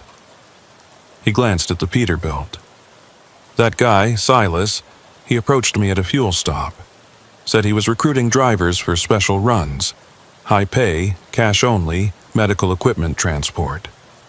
You take the job?" "Almost did. Money was too good, 5 times the normal rate. But something felt wrong. He asked too many questions about my regular routes, which hospitals I delivered to, security procedures. Then he said something that scared me off." "What?" "He said I wouldn't remember the special runs. Said it was part of the security protocol, that they had ways to make sure drivers couldn't reveal routes or customers even if they wanted to. Called it operational amnesia." Operational amnesia. That explained the memory loss. "Why are you telling me this?" Marcus shifted nervously. "Because a week after I turned him down, my buddy took a similar job. Not from Silas directly, but same deal. Special medical run, high pay. He left with a full load 10 days ago. His truck was found yesterday, abandoned just like you described. He's in the hospital now, no memory of the past 2 weeks." "Which hospital?" "Columbus General, but here's the thing. The doctors say he has trace amounts of something in his blood. Some kind of experimental drug that affects memory formation. They've never seen it before. A drug that causes memory loss. Professional thieves who knew exactly which trucks to target. This was even worse than I'd thought." "Is Silas still recruiting?" Marcus nodded toward the Peterbilt. "Why don't you ask him yourself? He's been sitting there for an hour, watching us." As if on cue, the door of the Peterbilt opened. The man who stepped out was not what I expected. Tall, yes, but older than I'd imagined. Maybe 60, with silver hair and the kind of bearing that suggested military background. He walked over slowly, hands visible, non-threatening but confident. "Mr. Phineas," he said, voice cultured, educated. "I've been hoping to meet you." "Silas, I presume." He smiled, among other names. "Marcus, you can go now. You've done your part." Marcus didn't need to be told twice. He practically ran to his truck and peeled out, leaving me alone with Silas in the abandoned way station. "You're the one behind the hijackings," I said. "No, I'm the one trying to stop them." He pulled out a badge. Not FBI, but something else. Department of Transportation, Office of Special Investigations. "We've been tracking this operation for 2 years. DOT investigates hijackings now? When they involve interstate commerce and sophisticated organized crime, yes. May I?" He gestured to my passenger door. Against my better judgment, I let him in. He settled into the passenger seat like he belonged there. "The organization we're tracking isn't just stealing medical equipment," he began. "They're using the trucking industry as cover for something much larger. The medical equipment is almost incidental. It's what they're moving inside that equipment that matters." "What do you mean?" "Have you ever wondered why they only target specific types of diagnostic machines? MRI components, CT scanners, imaging sensors? It's because these machines, when modified, can be used for purposes very different from medical diagnosis. He pulled out a tablet, showed me technical diagrams I didn't understand. I'm a trucker, not an engineer. Simply put, these machines can be weaponized, not as weapons themselves, but as detection and tracking devices. The organization stealing them is selling the modified equipment to foreign buyers. They use our trucking industry to move them because trucks are everywhere, invisible, part of the landscape. And the memory loss? A precaution. They drug the drivers, use them to transport the equipment to modification facilities, then dump them with no memory of where they've been. The perfect witnesses. They can't testify about what they can't remember. Why not just steal the trucks completely? Because abandoned trucks get investigated immediately, but a confused driver with memory loss, that gets written off as medical issues, stress, maybe drugs. By the time anyone realizes it's connected to the missing equipment, the trail is cold. It made a sick kind of sense, but something bothered me. If you're really federal, why the elaborate approach? Why recruit Marcus to get to me? Silas was quiet for a moment. Because we have a problem. The organization has people inside various agencies. Every time we get close, they're warned. Operations are shut down. Evidence disappears. Witnesses have accidents. We needed someone outside the system, someone they wouldn't expect. A regular trucker. Not regular. You found Turner's truck. You noticed patterns others missed. You have 41 years of experience and connections throughout the industry. And most importantly, you're stubborn enough to keep investigating despite being warned off. What happened to William Turner? Silas's expression darkened. We don't know. He was one of ours, a driver who agreed to work undercover, let himself be recruited. His last communication indicated he'd identified the location where they modify the equipment. Then he vanished. The trailer tracks I found, leading into the cornfield, we followed them. They led to an old farm road, then disappeared. Whoever took that trailer knew exactly where the cameras were, where the surveillance ended, where they could move unseen. So you want me to what, exactly? Be bait? I want you to help us find where they're taking the equipment. You know things, Phineas. You know which truck stops are watched, which aren't. You know which drivers talk, which stay quiet. You know the invisible patterns of the road that outsiders like me can only guess at. I thought about William Turner, alone in his truck, drugged and frightened, trying to fight off whatever they'd given him. I thought about Marcus's friend in the hospital, his memory stolen along with his cargo. I thought about 17 shipments diverted, 17 drivers whose lives were disrupted or destroyed. What would I have to do? Keep driving your regular routes, but watch for specific things. Trucks that don't belong, drivers asking the wrong questions, patterns that don't make sense. And if we identify a shipment they might target, we might ask you to shadow it, keep watch. That's it? For now. But Phineas, understand. These people have killed to protect their operation. The driver Morrison mentioned. The one who had a heart attack? It wasn't natural. He was poisoned with something that mimics cardiac arrest. If you do this, you're putting yourself at risk. I'd been at risk the moment I stopped to investigate Turner's truck. Maybe even before that, the moment I started asking questions. I'm in. Silas nodded, pulled out a phone. Not a regular phone, something specialized. This is encrypted, untraceable. My number is the only one programmed. You see something, you call, day or night. He got out of my truck, then turned back. One more thing. Your dispatcher, Sophronia, how well do you know her? Sophie? I've known her 15 years. She's solid. Maybe, but she has access to shipping manifests, routes, schedules. The organization needs inside information to know which trucks to target. Someone in her position would be valuable to them. You're saying Sophie might be involved? I'm saying trust no one completely. Even people we think we know can be compromised. He walked back to his Peterbilt, and I watched him drive away. The encrypted phone sat heavy in my pocket. I'd just agreed to become an informant, a spy in my own industry. After 41 years of straightforward hauling, I was now playing a game I didn't fully understand. I drove back to the truck stop, but couldn't sleep.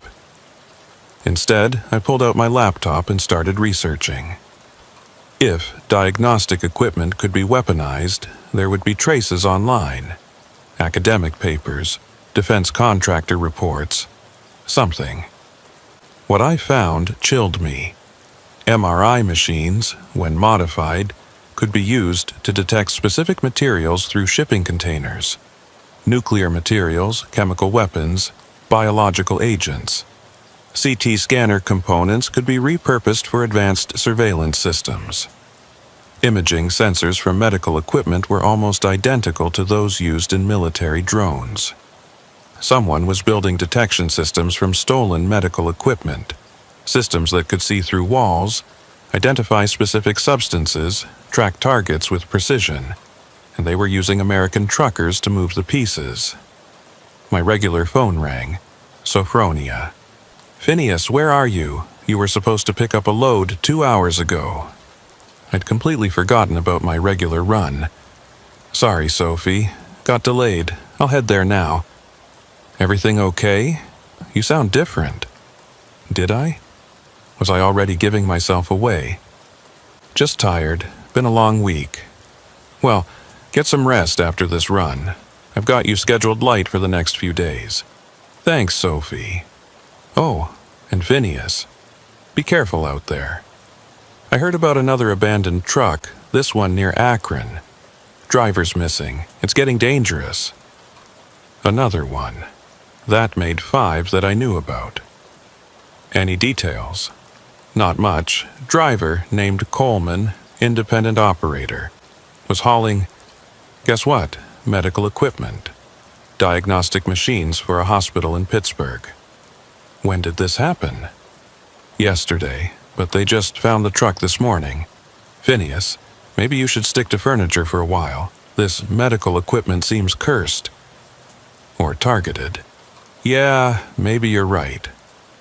I hung up and immediately called Silas on the encrypted phone.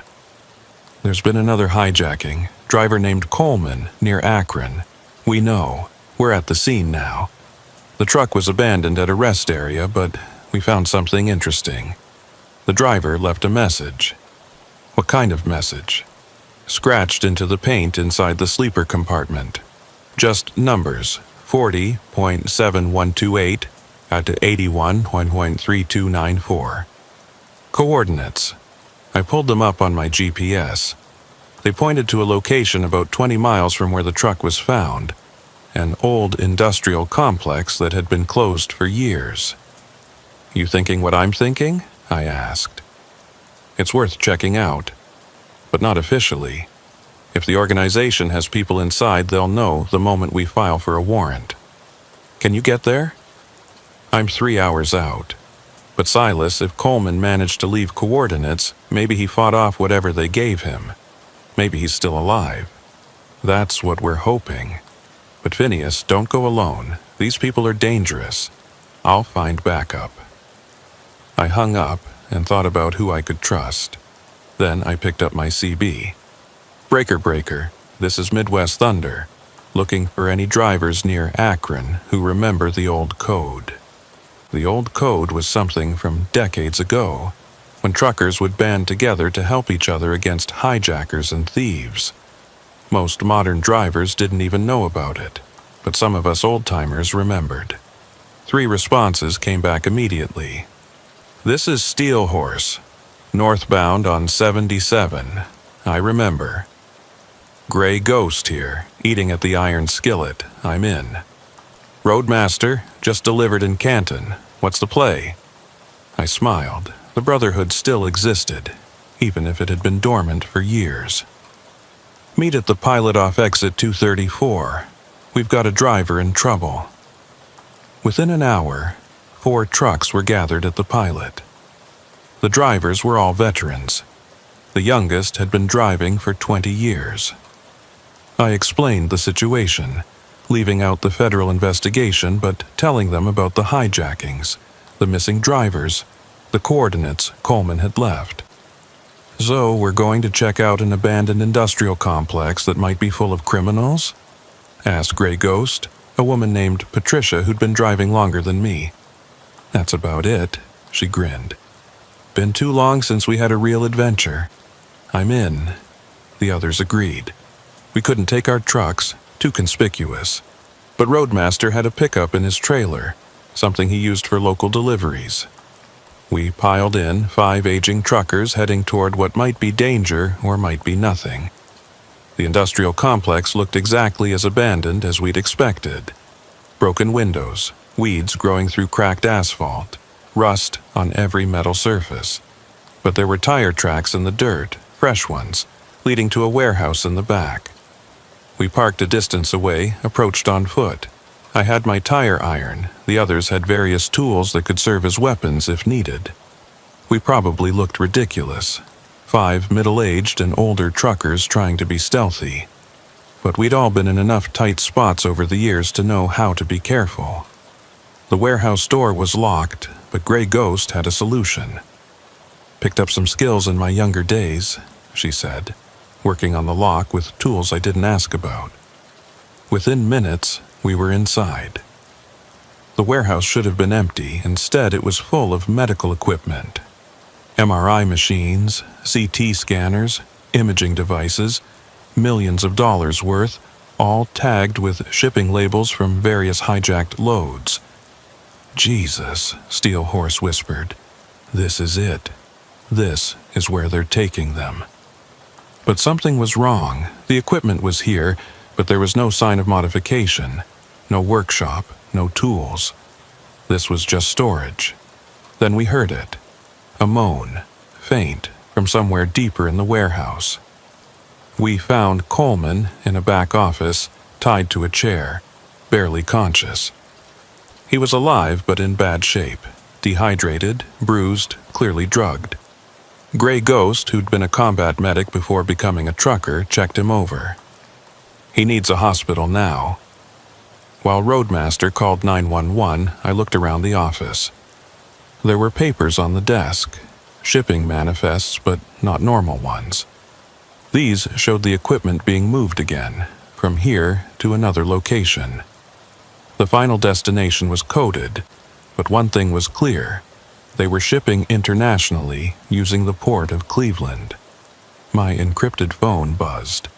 "Silas, where are you?" "Inside the warehouse. We found Coleman and the equipment." "Get out, now. We've intercepted communications. They know someone's there. You have maybe 5 minutes before—" Headlights flooded through the broken windows. Multiple vehicles, moving fast. "Too late," I said. "Hide. Federal agents are en route, but they're 20 minutes out." 20 minutes. We had 5 truckers, one barely conscious against whoever was coming. "This is what we're going to do," Gray Ghost said, taking charge like the former military she was. "Roadmaster, Steel Horse, get Coleman to the truck. Get him out of here. Phineas, you and I are going to buy time."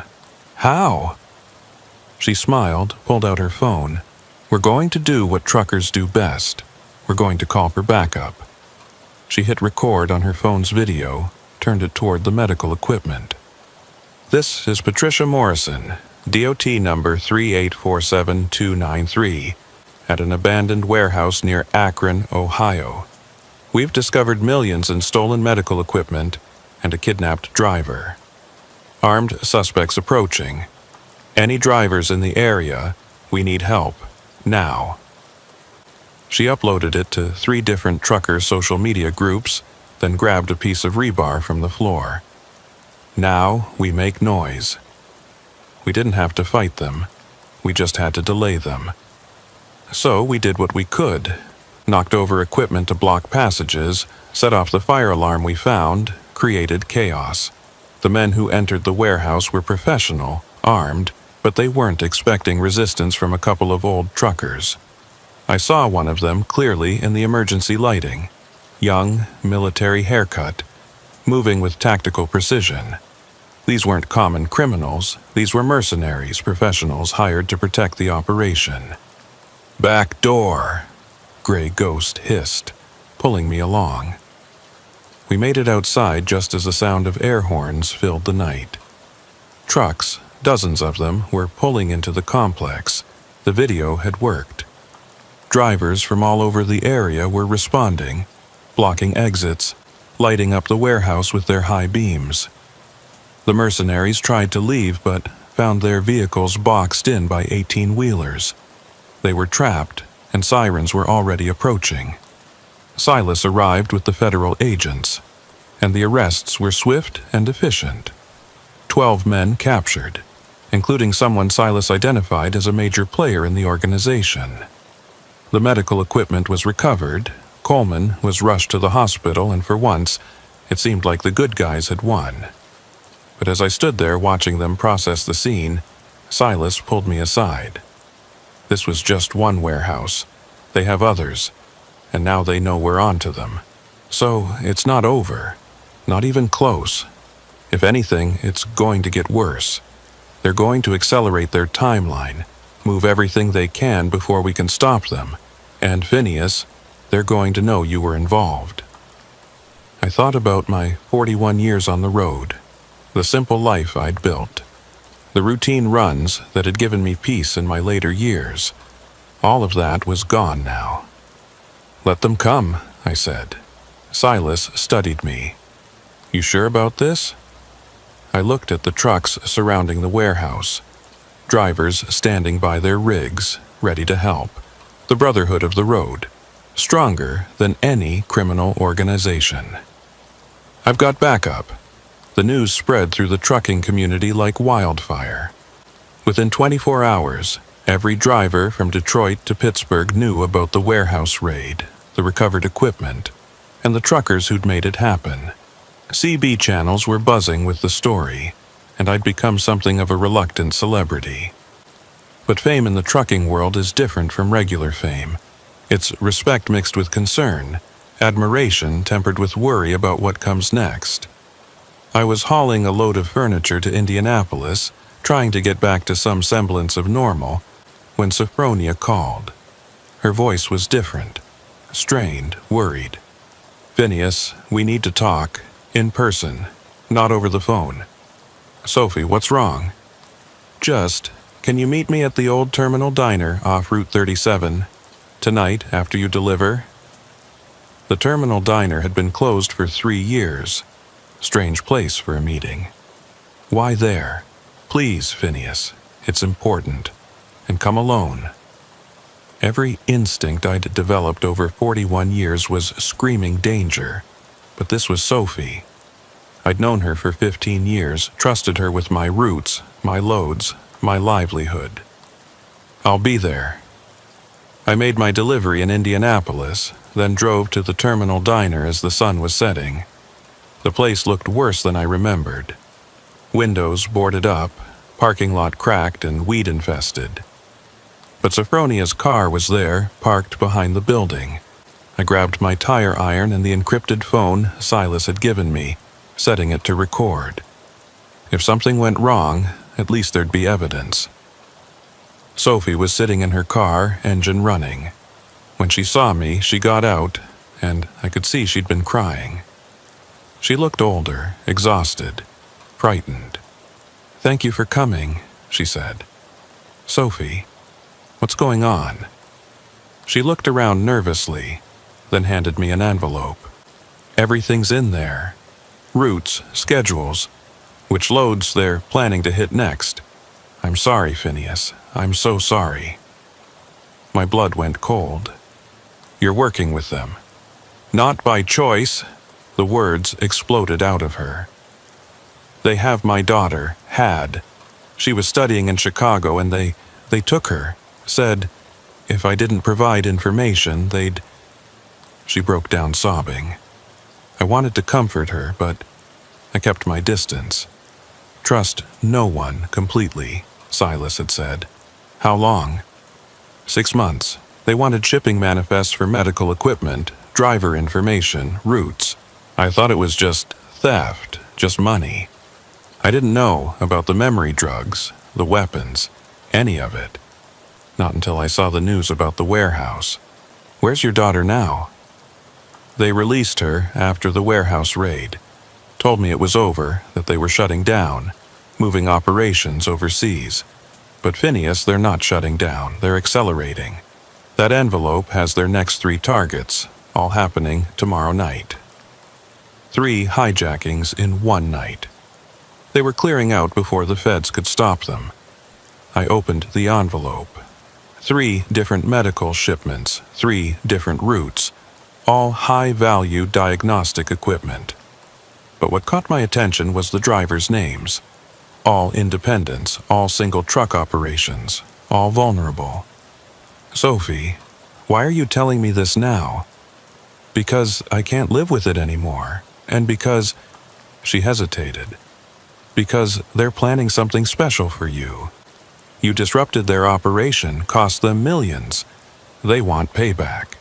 What kind of payback? There's a load coming up, furniture manufacturer in Fort Wayne shipping to Cleveland. They're going to make sure you get that run, but the trailer won't have furniture in it. What will it have?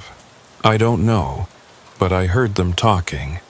They said it would be poetic justice, that you'd deliver your own death warrant without knowing it. A trap. They were setting me up for something. Sophie, you need to go to the police. She shook her head. I'm leaving tonight, getting as far away as possible. My daughter's already on a plane to stay with family in Germany. I needed you to know, needed to warn you. She got back in her car, then rolled down the window. For what it's worth, you were the best driver I ever worked with. And the most stubborn. Don't let that stubbornness get you killed. She drove away, leaving me standing in the empty parking lot with an envelope full of criminal intelligence and a warning about my own impending doom. I called Silas immediately. 3 hijackings planned for tomorrow night, I said without preamble. And they're setting a trap for me. Where are you?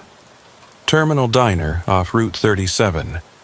My dispatcher just confessed to being their inside source. She's running. We need to intercept her. No, she was coerced.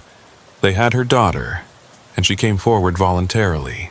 Phineas, we can't just let... She gave us what we need. 3 targets, all the details. We can stop them. There was silence on the line, then... Send me photos of everything she gave you. We'll coordinate interception. But Phineas, if they're targeting you specifically, you need protection. I need to spring their trap. That's insane. No, it's logical. They're expecting me to take that Fort Wayne to Cleveland run. If I don't, they'll know we're on to them. But if I do take it, we can control the situation. You want to deliberately walk into a trap. I want to turn their trap against them. Look, they think I'm just a trucker. They don't know I'm working with you. We can use that. Silas was quiet for a moment. What do you have in mind? First, we save those 3 drivers tomorrow night. Then, I take the Fort Wayne run, but with backup. Lots of backup. I spent the next morning coordinating with Silas and his team. They would shadow the 3 targeted shipments ready to intervene when the hijackers struck. But I had my own preparations to make. I called Grey Ghost. Patricia, I need a favor. After the warehouse adventure, anything. I need drivers, reliable ones. Tomorrow night, I'm hauling from Fort Wayne to Cleveland, and I'm expecting trouble. How much trouble? The kind that involves the people from the warehouse. She was quiet for a moment. How many drivers do you need? How many can you get? Give me 6 hours. While Patricia worked her network, I went to pick up my regular load, the one that would take me to Fort Wayne, putting me in position for the trap. It was furniture like always, but knowing what was coming made every mile feel different. My regular phone rang, a dispatcher from the Fort Wayne manufacturer. "Mr. Phineas, we have a special request. High priority load to Cleveland tomorrow night. Triple rate if you can take it." There it was. The bait. "What's the load?" "Medical equipment. Hospital beds and monitoring systems. Very expensive, very urgent." Medical equipment, of course. "I'll take it." "Excellent. Pickup is at 8 p.m. sharp. Don't be late." I wouldn't be. That night, 3 federal operations went down simultaneously. Thanks to Sophronia's information, agents were in position when the hijackers struck. 2 were stopped cold, the criminals arrested, the drivers saved. But the 3rd went wrong. The hijackers had a backup plan. When they realized it was a trap, they took the driver hostage, used him as a shield to escape. His name was Peterson, an owner-operator from Michigan with 30 years on the road. The hijackers had him, and they wanted to trade. Silas called me at 3 a.m. "They want you," he said. "They'll release Peterson if you deliver the Fort Wayne load as planned. No federal involvement, no backup. They know I'm working with you?" They figured it out when we intercepted the other 2 hijackings. Someone leaked, not Sophronia, someone else. Another mole. The organization had roots everywhere. If I do this alone, they'll kill me. Probably, but if you don't, they'll kill Peterson. A driver's life for a driver's life. The kind of cruel choice these people specialized in. There has to be another way. I'm open to suggestions. I thought about Peterson, about his 30 years on the road, about the family he probably had waiting at home. Then I thought about the conversation I'd had with Gray Ghost. What if I'm not alone, but they think I am? Explain. Truckers have been convoying since the beginning. We know how to move together, how to protect each other. What if I have backup they can't see? They'll be watching for federal agents. But will they be watching for truckers? Regular truckers just happening to be on the same route at the same time? Silas was quiet, thinking. It could work, but these aren't federal agents, Phineas. They're civilians. If something goes wrong, these are truckers who've been dealing with hijackers and thieves for decades. They know the risks. "How many can you get?" I called Patricia back. "How many drivers did you find?" 47. 47? Word spread. A lot of drivers remember Peterson from back in the day. Good man, helped a lot of rookies get started. They want to help. 47 trucks. It would be the largest unofficial convoy in years.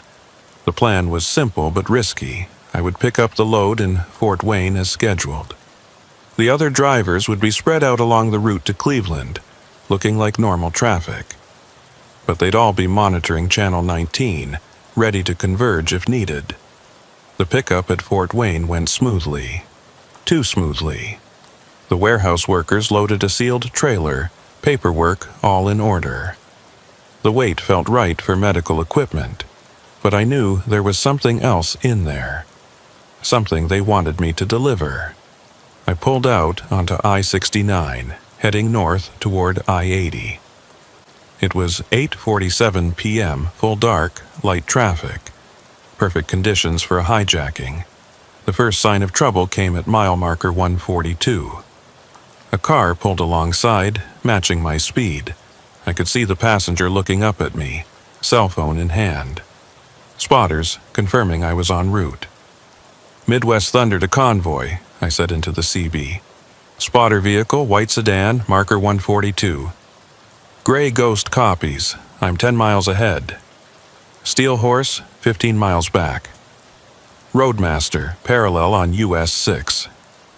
They were all out there, invisible in the darkness, but ready. The attack came at the way station near the Indiana-Ohio border. It had been closed for maintenance, or so the sign said, but as I approached, portable lights blazed to life, and vehicles blocked both the highway and the shoulders. I had no choice but to pull in. 6 men, all armed, all professional. The leader was the same one I'd seen at the warehouse.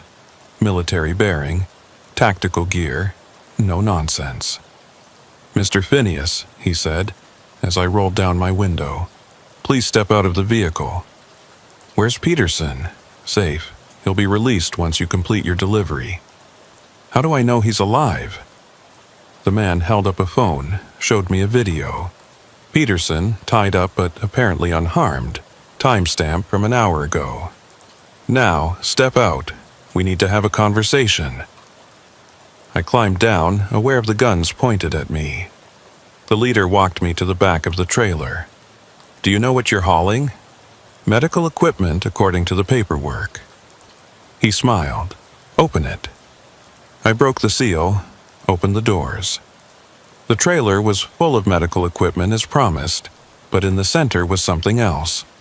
A large metal container, locked and sealed. "That container holds something very special," the leader said. "You're going to deliver it to Cleveland as planned. You're going to drop the trailer at the designated location, and then you're going to forget this ever happened. Or Peterson dies, and then we come for everyone you care about. Your dispatcher who betrayed us, yes, we know about Sophronia.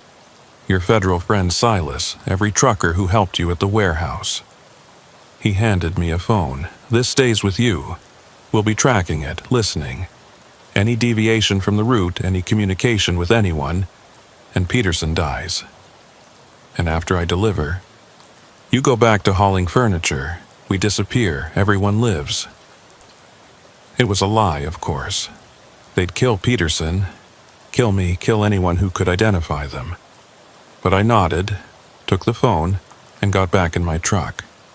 As I pulled out of the way station, I noticed they were following. 2 cars, keeping pace. They thought they had me isolated, controlled. They didn't know about the 47 trucks converging on my location. I picked up my CB, switched to channel 19. The phone they'd given me would monitor cell calls, maybe even standard radio, but CB radio was analog, old technology they might not think to check. Breaker," I said. "This is Midwest Thunder. The package is loaded, and I've got unwanted company, 2 escort vehicles, armed personnel. They have Peterson." The response was immediate. "Gray Ghost copies.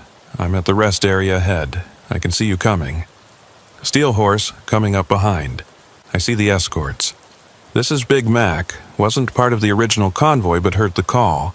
I'm southbound on the other side. Want me to turn around?" More voices joined in. Trucks all over the highway, all converging. "Listen up," I said. "They're monitoring electronic communications, but probably not CB. Here's what we're going to do." The plan formed as I drove. We couldn't just ram the escort vehicles. They'd kill Peterson.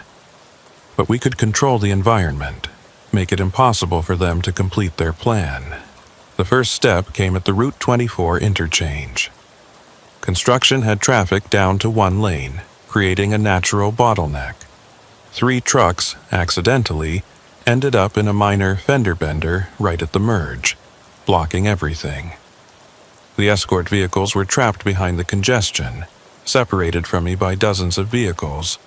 I heard them on their phone, panic creeping in. "Clear the road, now!" But you can't clear a highway blocked by 3 18-wheelers having an insurance dispute. The drivers were taking their time, exchanging information, calling their companies. All perfectly normal, all completely blocking traffic. I gained 10 miles on the escorts before they managed to get through. But by then, the second phase was in motion. Every truck stop between me and Cleveland suddenly had trucks pulling in and out, creating traffic, slowing everything down. The escort vehicles had to fight through constant congestion, never realizing it was orchestrated. But the real trap was waiting in Cleveland. The delivery location was an industrial area near the port, isolated and perfect for their purposes, or it would have been if 40 trucks hadn't arrived there first, filling every available space, blocking every exit. I pulled in as directed, surrounded by my fellow truckers. The escorts arrived minutes later to find themselves outnumbered and outmaneuvered. The leader got out, gun drawn, but clearly understanding the situation was not what he'd planned. "You think you're clever," he said to me. "I think I'm a trucker," I replied. "And truckers stick together." He raised his gun toward me, but before he could fire, air horns erupted from every truck. The sound was deafening, disorienting. Lights blazed from every direction, blinding.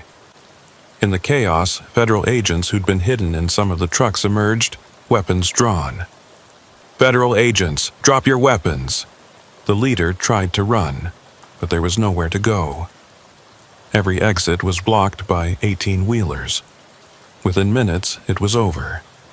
The hijackers were in custody, the mysterious container secured by federal agents. But Peterson was still missing. "Where is he?" I demanded, getting in the leader's face as agents cuffed him. He smiled coldly. "Dead by now, probably. My people had orders." His words were cut off by a CB transmission. "Breaker, breaker. This is Wandering Wolf. Found a guy tied up in an abandoned truck near Findlay. Says his name is Peterson. Needs medical, but seems okay." Relief flooded through me. They'd found him. Silas appeared at my elbow. "You did it, Phineas. We did it, all of us." He nodded toward the container. "Want to know what you were hauling?" "Do I?" "Advanced surveillance equipment stolen from a defense contractor. Modified medical machines combined with military hardware. Worth about $50 million on the black market." $50 million. No wonder they'd been willing to kill for it. "Is it over?" "This cell is done, but the organization..." He shrugged. "They're like weeds. Cut one down, another grows. Then we keep cutting." He smiled. "You want to keep working with us?" I looked around at the trucks, at the drivers standing together, proud of what they'd accomplished. "We all do. You've got yourself a network, Silas. 47 trucks today, but there are thousands of us out here. We see everything, go everywhere, use us." He pulled out a card. "Official consulting position. Real pay, real protection. Interested? Do I get to keep hauling? Wouldn't have it any other way." I took the card. After 41 years of straight trucking, I was now officially part of something bigger. But I was still a trucker first. Always would be. Peterson's recovery took 3 weeks. I visited him at the hospital in Toledo, bringing coffee from a truck stop because hospital coffee isn't fit for truckers. He looked older than his 62 years, the ordeal having taken its toll, but his eyes were still sharp. "Heard you organized quite the convoy," he said, voice raspy from whatever drugs they'd given him. "Wasn't just me. 47 drivers showed up.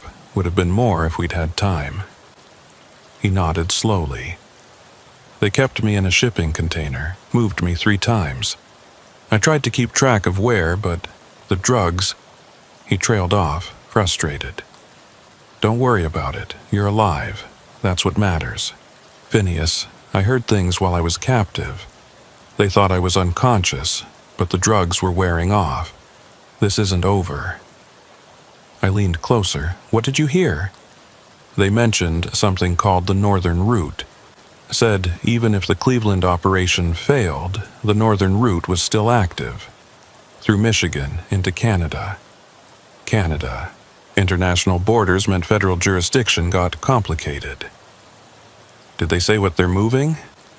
"Not medical equipment. Something about special cargo from overseas, coming through the ports, then trucked across the border. They said it was worth more than everything else combined." I called Silas as soon as I left the hospital. "Northern route through Michigan into Canada," I said without preamble. Peterson heard them talking about it. "We've been monitoring border crossings, but there are hundreds of trucks every day, without specifics. Then we get specific. Let me work my network." Over the next few days, I reached out to every driver I knew who ran routes into Canada. The border-crossing truckers were a tight community. They dealt with customs, regulations, and delays that domestic drivers never faced. If something unusual was happening, they'd know. The first break came from a driver named Quebec Pete, despite being from Minnesota. He'd noticed a pattern at the Ambassador Bridge crossing in Detroit. "There's this company, Northern Logistics Solutions," he told me over coffee at a truck stop near Port Huron. "They run the same route every week, same time, same trucks. But here's the weird part. Their trucks are always overweight according to the scales, but their paperwork shows light loads. How do they get through? That's just it. There's always a specific customs officer on duty when they cross. Guy named Harrison. Been there for years, but suddenly he's only working shifts that coincide with these trucks. A customs officer on the take. That's how they were getting across. Pete, can you get me specifics? Truck numbers, exact times, anything?" "Already got them." He pulled out a notebook, pages filled with observations. "Been tracking them for 2 weeks ever since you asked about unusual patterns." I studied his notes. 3 trucks, always traveling together, crossing every Thursday at 2 a.m. Same DOT numbers, same drivers, same customs officer. It was too perfect, too routine. "Pete, what do you know about Northern Logistics Solutions? On paper, they're legit. Hauling auto parts from suppliers in Detroit to manufacturers in Ontario. But I've been driving for 38 years, and something's off. Auto parts don't require refrigerated trailers, but theirs are always running cooling units." Refrigerated trailers for auto parts. That made no sense unless they're hauling something that needs temperature control. That's what I figure. But what?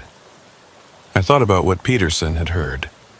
Special cargo from overseas worth more than medical equipment. Something that needed refrigeration.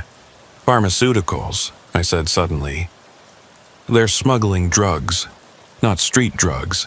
Prescription medications, the kind that cost thousands per dose here but are made cheap overseas. Pete nodded slowly. That would explain the weight discrepancy. Pills don't weigh much, but the refrigeration units and hidden compartments would. "When's their next run?" "Tomorrow night, Thursday, 2 a.m. 24 hours to set up surveillance on an international border crossing. This was going to be complicated. I called Silas, explained what we'd found. He was skeptical. "We can't just stop trucks at the border without cause. International incidents, jurisdiction issues, then we give you cause. Let me and some drivers follow them, document everything. If we can show they're deviating from their stated route, stopping somewhere suspicious, that's probable cause, right? Phineas, these people have already tried to kill you once. And they'll try again if we don't stop them.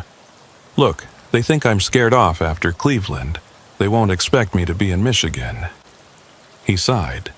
"What do you need?" "Backup ready at the border. If we can prove they're smuggling, you grab them when they try to cross. And if you can't prove it, then we follow them into Canada and let the Mounties know." It wasn't much of a plan, but it was what we had. I put out the call again, this time specifically for drivers with experience running to Canada. Within hours I had 12 volunteers, all with valid paperwork to cross the border if needed. Grey Ghost was one of them. "Wouldn't miss it," she said. "Besides, I've got family in Windsor. Good excuse to visit." We met at a truck stop in Monroe, Michigan, about 60 miles from Detroit. I laid out the plan. Follow the 3 trucks from their point of origin. Document any stops or transfers, and be ready to pursue across the border if necessary. "What are we looking for?" asked a driver named Wolverine, despite being from Ohio. "Anything unusual, stops at places that aren't on their manifest, meetings with other vehicles, transfers of cargo. These guys are smart, so it'll be subtle. And if they make us, we scatter." No heroics. Peterson already paid that price. At 11 p.m., we took positions around Detroit, spread out enough to not be obvious but close enough to converge quickly. I was parked at a rest area on I-75 watching traffic when Quebec Pete's voice crackled over the CB. Northern logistics trucks just left their depot, northbound on 75. Copy that. Everyone stay loose. I pulled out behind them with a 5-minute gap, just another trucker heading north. The 3 trucks moved in formation, maintaining exact spacing, professional. In my mirrors, I could see other trucks from our group joining the flow of traffic. They took the expected route until they reached exit 47. Then, without signaling, all 3 trucks exited. This wasn't on their manifest. They were supposed to go straight to the border. Deviation at exit 47, I called out. 2 units follow, rest, continue to border. Gray Ghost and Wolverine followed me off the exit, while the others continued north. The 3 trucks turned into an industrial area, then pulled into a warehouse complex surrounded by security fencing. We parked at a closed gas station with a view of the entrance. Through binoculars, I watched as the trucks backed up to loading docks. Men emerged from the warehouse moving quickly, efficiently. They were transferring something from the warehouse to the trucks, but the angle made it impossible to see what. "Need a closer look," I said. "Too dangerous," Gray Ghost warned. But Wolverine was already out of his truck. "I've got this. Used to do reconnaissance in Iraq, still remember how to sneak." Before we could stop him, he was gone, moving through the shadows towards the fence. We watched, tense, as he found a spot where he could see the loading. 10 minutes later, he was back, breathing hard. They're loading sealed medical containers, the kind used for organ transport, but dozens of them. And Phineas, there were people in that warehouse, patients maybe, hooked up to IVs, barely conscious. Organs. They were trafficking organs. The realization hit like a punch to the gut. This wasn't just smuggling, this was harvesting and selling human organs. The refrigerated trucks, the medical connections, the value Peterson had mentioned. It all made sick sense. I called Silas immediately. "It's organs. They're trafficking human organs." "What? Are you sure?" Wolverine saw medical transport containers and patients. They're loading right now, heading for the border in maybe an hour. This changes everything. Organ trafficking is FBI, DEA, everyone. I need to make calls. They'll be at the border in an hour. I know. Stall them if you can. Stall 3 trucks full of armed criminals transporting human organs. Sure, no problem. The trucks pulled out of the warehouse, heading back toward I-75. We followed, but now with a desperate urgency. Those organs had come from somewhere. Maybe willing sellers, maybe not. And they were going somewhere. Black market transplants for people who couldn't wait for legitimate organs. I had an idea. Crazy, dangerous, but maybe our only shot. All units converge on I-75 northbound at mile marker 31. We're going to create a situation. "What kind of situation?" Gray Ghost asked. "The kind that makes them unable to reach the border on time. Organs have a shelf life. If they can't deliver on schedule, the whole operation falls apart." We had 9 trucks converging on a 3-mile stretch of highway. The northern logistics trucks were running at exactly 65 mph, maintaining perfect spacing. Professional, careful, unaware of what was about to happen. It started with Big Mac having engine trouble in the right lane, forcing traffic to merge left. Then Roadmaster developed transmission issues in the center lane. Within minutes, we had created a rolling roadblock, all 3 lanes moving at 35 mph. The northern logistics trucks tried to pass, but every time they moved, another of our trucks would have problems. Overheating, tire issues, mysterious smoke that required immediate slowdown. I watched them in my mirrors, saw them getting agitated. They were on a timeline, and we were destroying it. One of them tried to use the shoulder, but Quebec Pete was ready. His trailer accidentally swung wide, blocking it completely. "Sorry," he called out cheerfully. "Steering problem."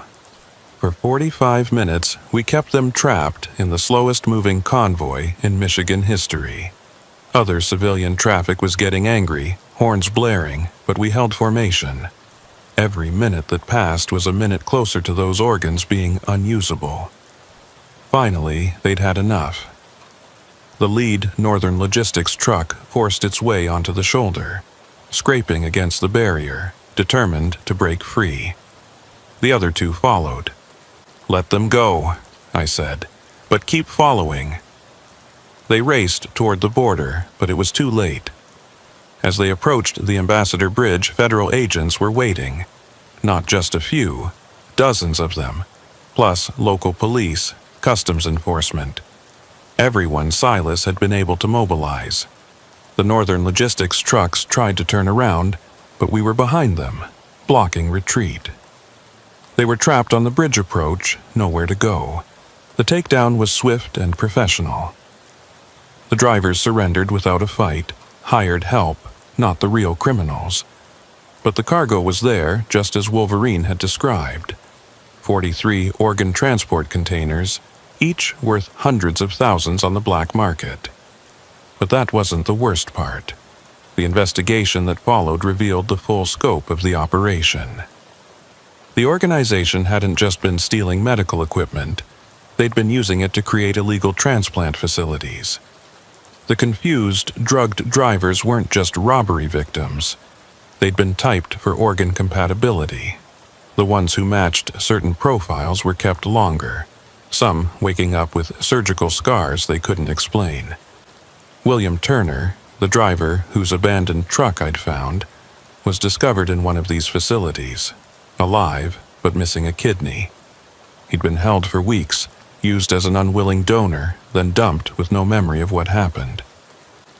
The trials took 2 years, 137 arrests across 6 states and 2 countries. The organization's reach was vast. Doctors, customs officials, trucking company owners, even hospital administrators who looked the other way when organs appeared with questionable documentation. Harrison, the corrupt customs officer, flipped on his superiors in exchange for a reduced sentence. His testimony revealed routes through multiple border crossings, a network that had been operating for over a decade. But the real heroes were the truckers, 47 at the Cleveland warehouse, 12 at the border, countless others who'd reported suspicious activity once they knew what to look for. The FBI officially recognized our contribution, though most drivers didn't care about recognition. We'd done what needed doing. Peterson recovered fully, minus 1 kidney he didn't remember losing.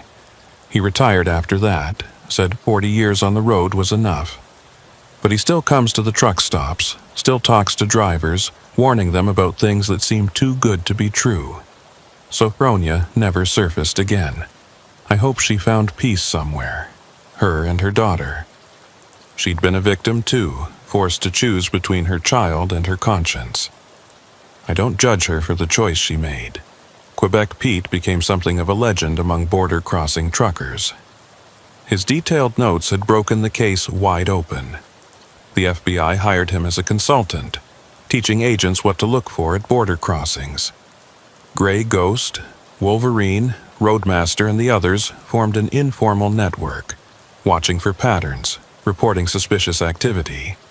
We called ourselves the Highway Watch, and while it was never official, federal agents knew they could count on us.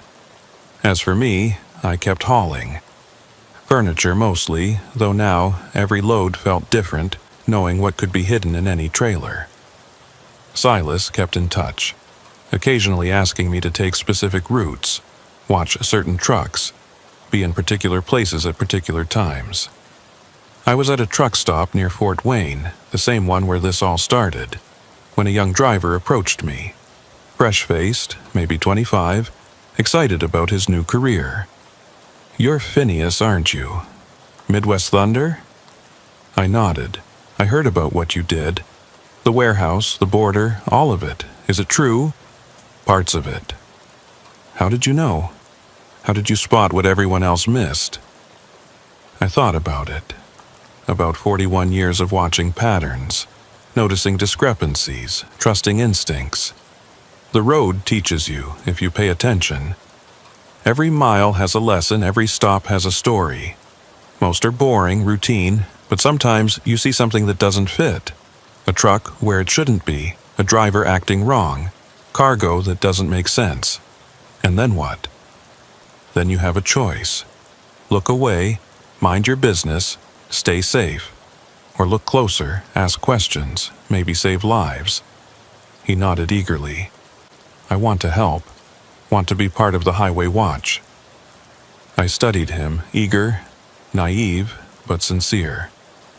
First, learn to drive. Really drive, not just move the truck. Learn the roads, the patterns, the rhythm of the industry. Learn which truck stops are safe, which aren't. Learn to read other drivers. Know who belongs and who doesn't. How long does that take? I've been at it 41 years and I'm still learning. He looked disappointed, so I added, but you can start watching now. Keep your eyes open. Trust your instincts. And if you see something that doesn't feel right, tell someone. Could be nothing. Could be everything. He thanked me and headed back to his truck, walking with a new purpose. Another set of eyes on the road, another driver who might spot what others miss. My phone buzzed. Silas. Got something you might be interested in. Shipment of medical equipment, Chicago to Detroit. All legitimate, but the FBI wants eyes on it just in case. When? Tomorrow night. I'll take it. Because that's what I do now. Haul freight like always, but also watch, protect, investigate when needed. After 41 years of simple trucking, I'd become something more. Part driver, part guardian. Part of a network that stretches across every highway in America. The organization we'd fought was broken, but others would take its place. They always do. The interstates are arteries carrying the lifeblood of commerce, and there will always be parasites trying to feed off that flow. But now they know we're watching. Every truck stop, every way station, every mile of highway has drivers who know what to look for. I pulled out of Fort Wayne as the sun set, heading for Chicago. The road stretched ahead, familiar yet always changing. In my mirrors, I could see other trucks, other drivers, each with their own loads, their own destinations. But we were connected now, part of something larger. The CB crackled to life. Breaker, breaker, this is Steel Horse. Midwest Thunder, you out there? 10-4, Steel Horse, rolling westbound. Got a driver here, says he saw something suspicious at the rest area near mile marker 89. 3 trucks, all identical, all with refrigeration units running but manifested as dry goods. Here we go again. I'm 20 minutes out. Tell him to document everything but stay safe. Copy that. Highway Watch is on it. Highway Watch. It had started as a joke, a name Grey Ghost came up with over coffee.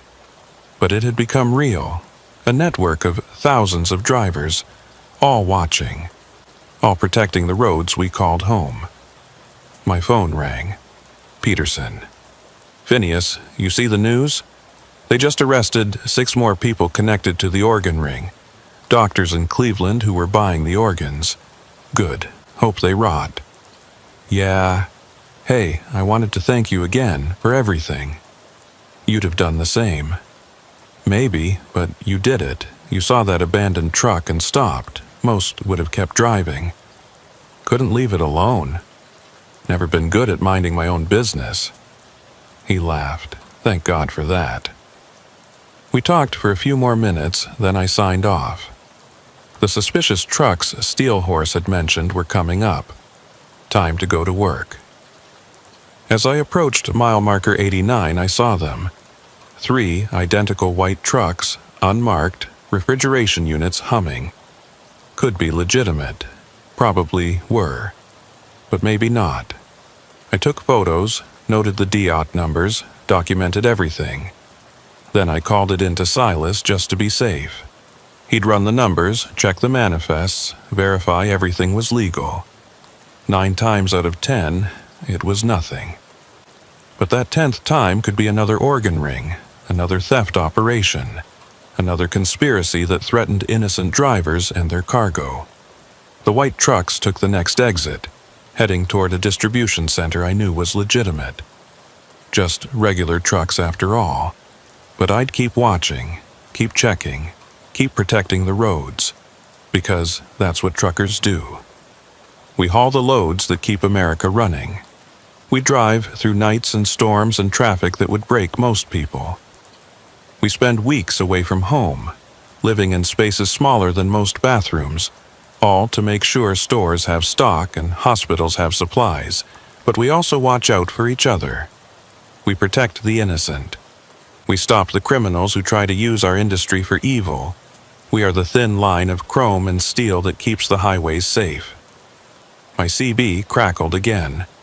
Another driver, another suspicious sighting, another possible threat to investigate. I smiled, pushed harder on the accelerator. After 41 years, I'd finally found my true calling. Not just hauling freight, but protecting those who haul it.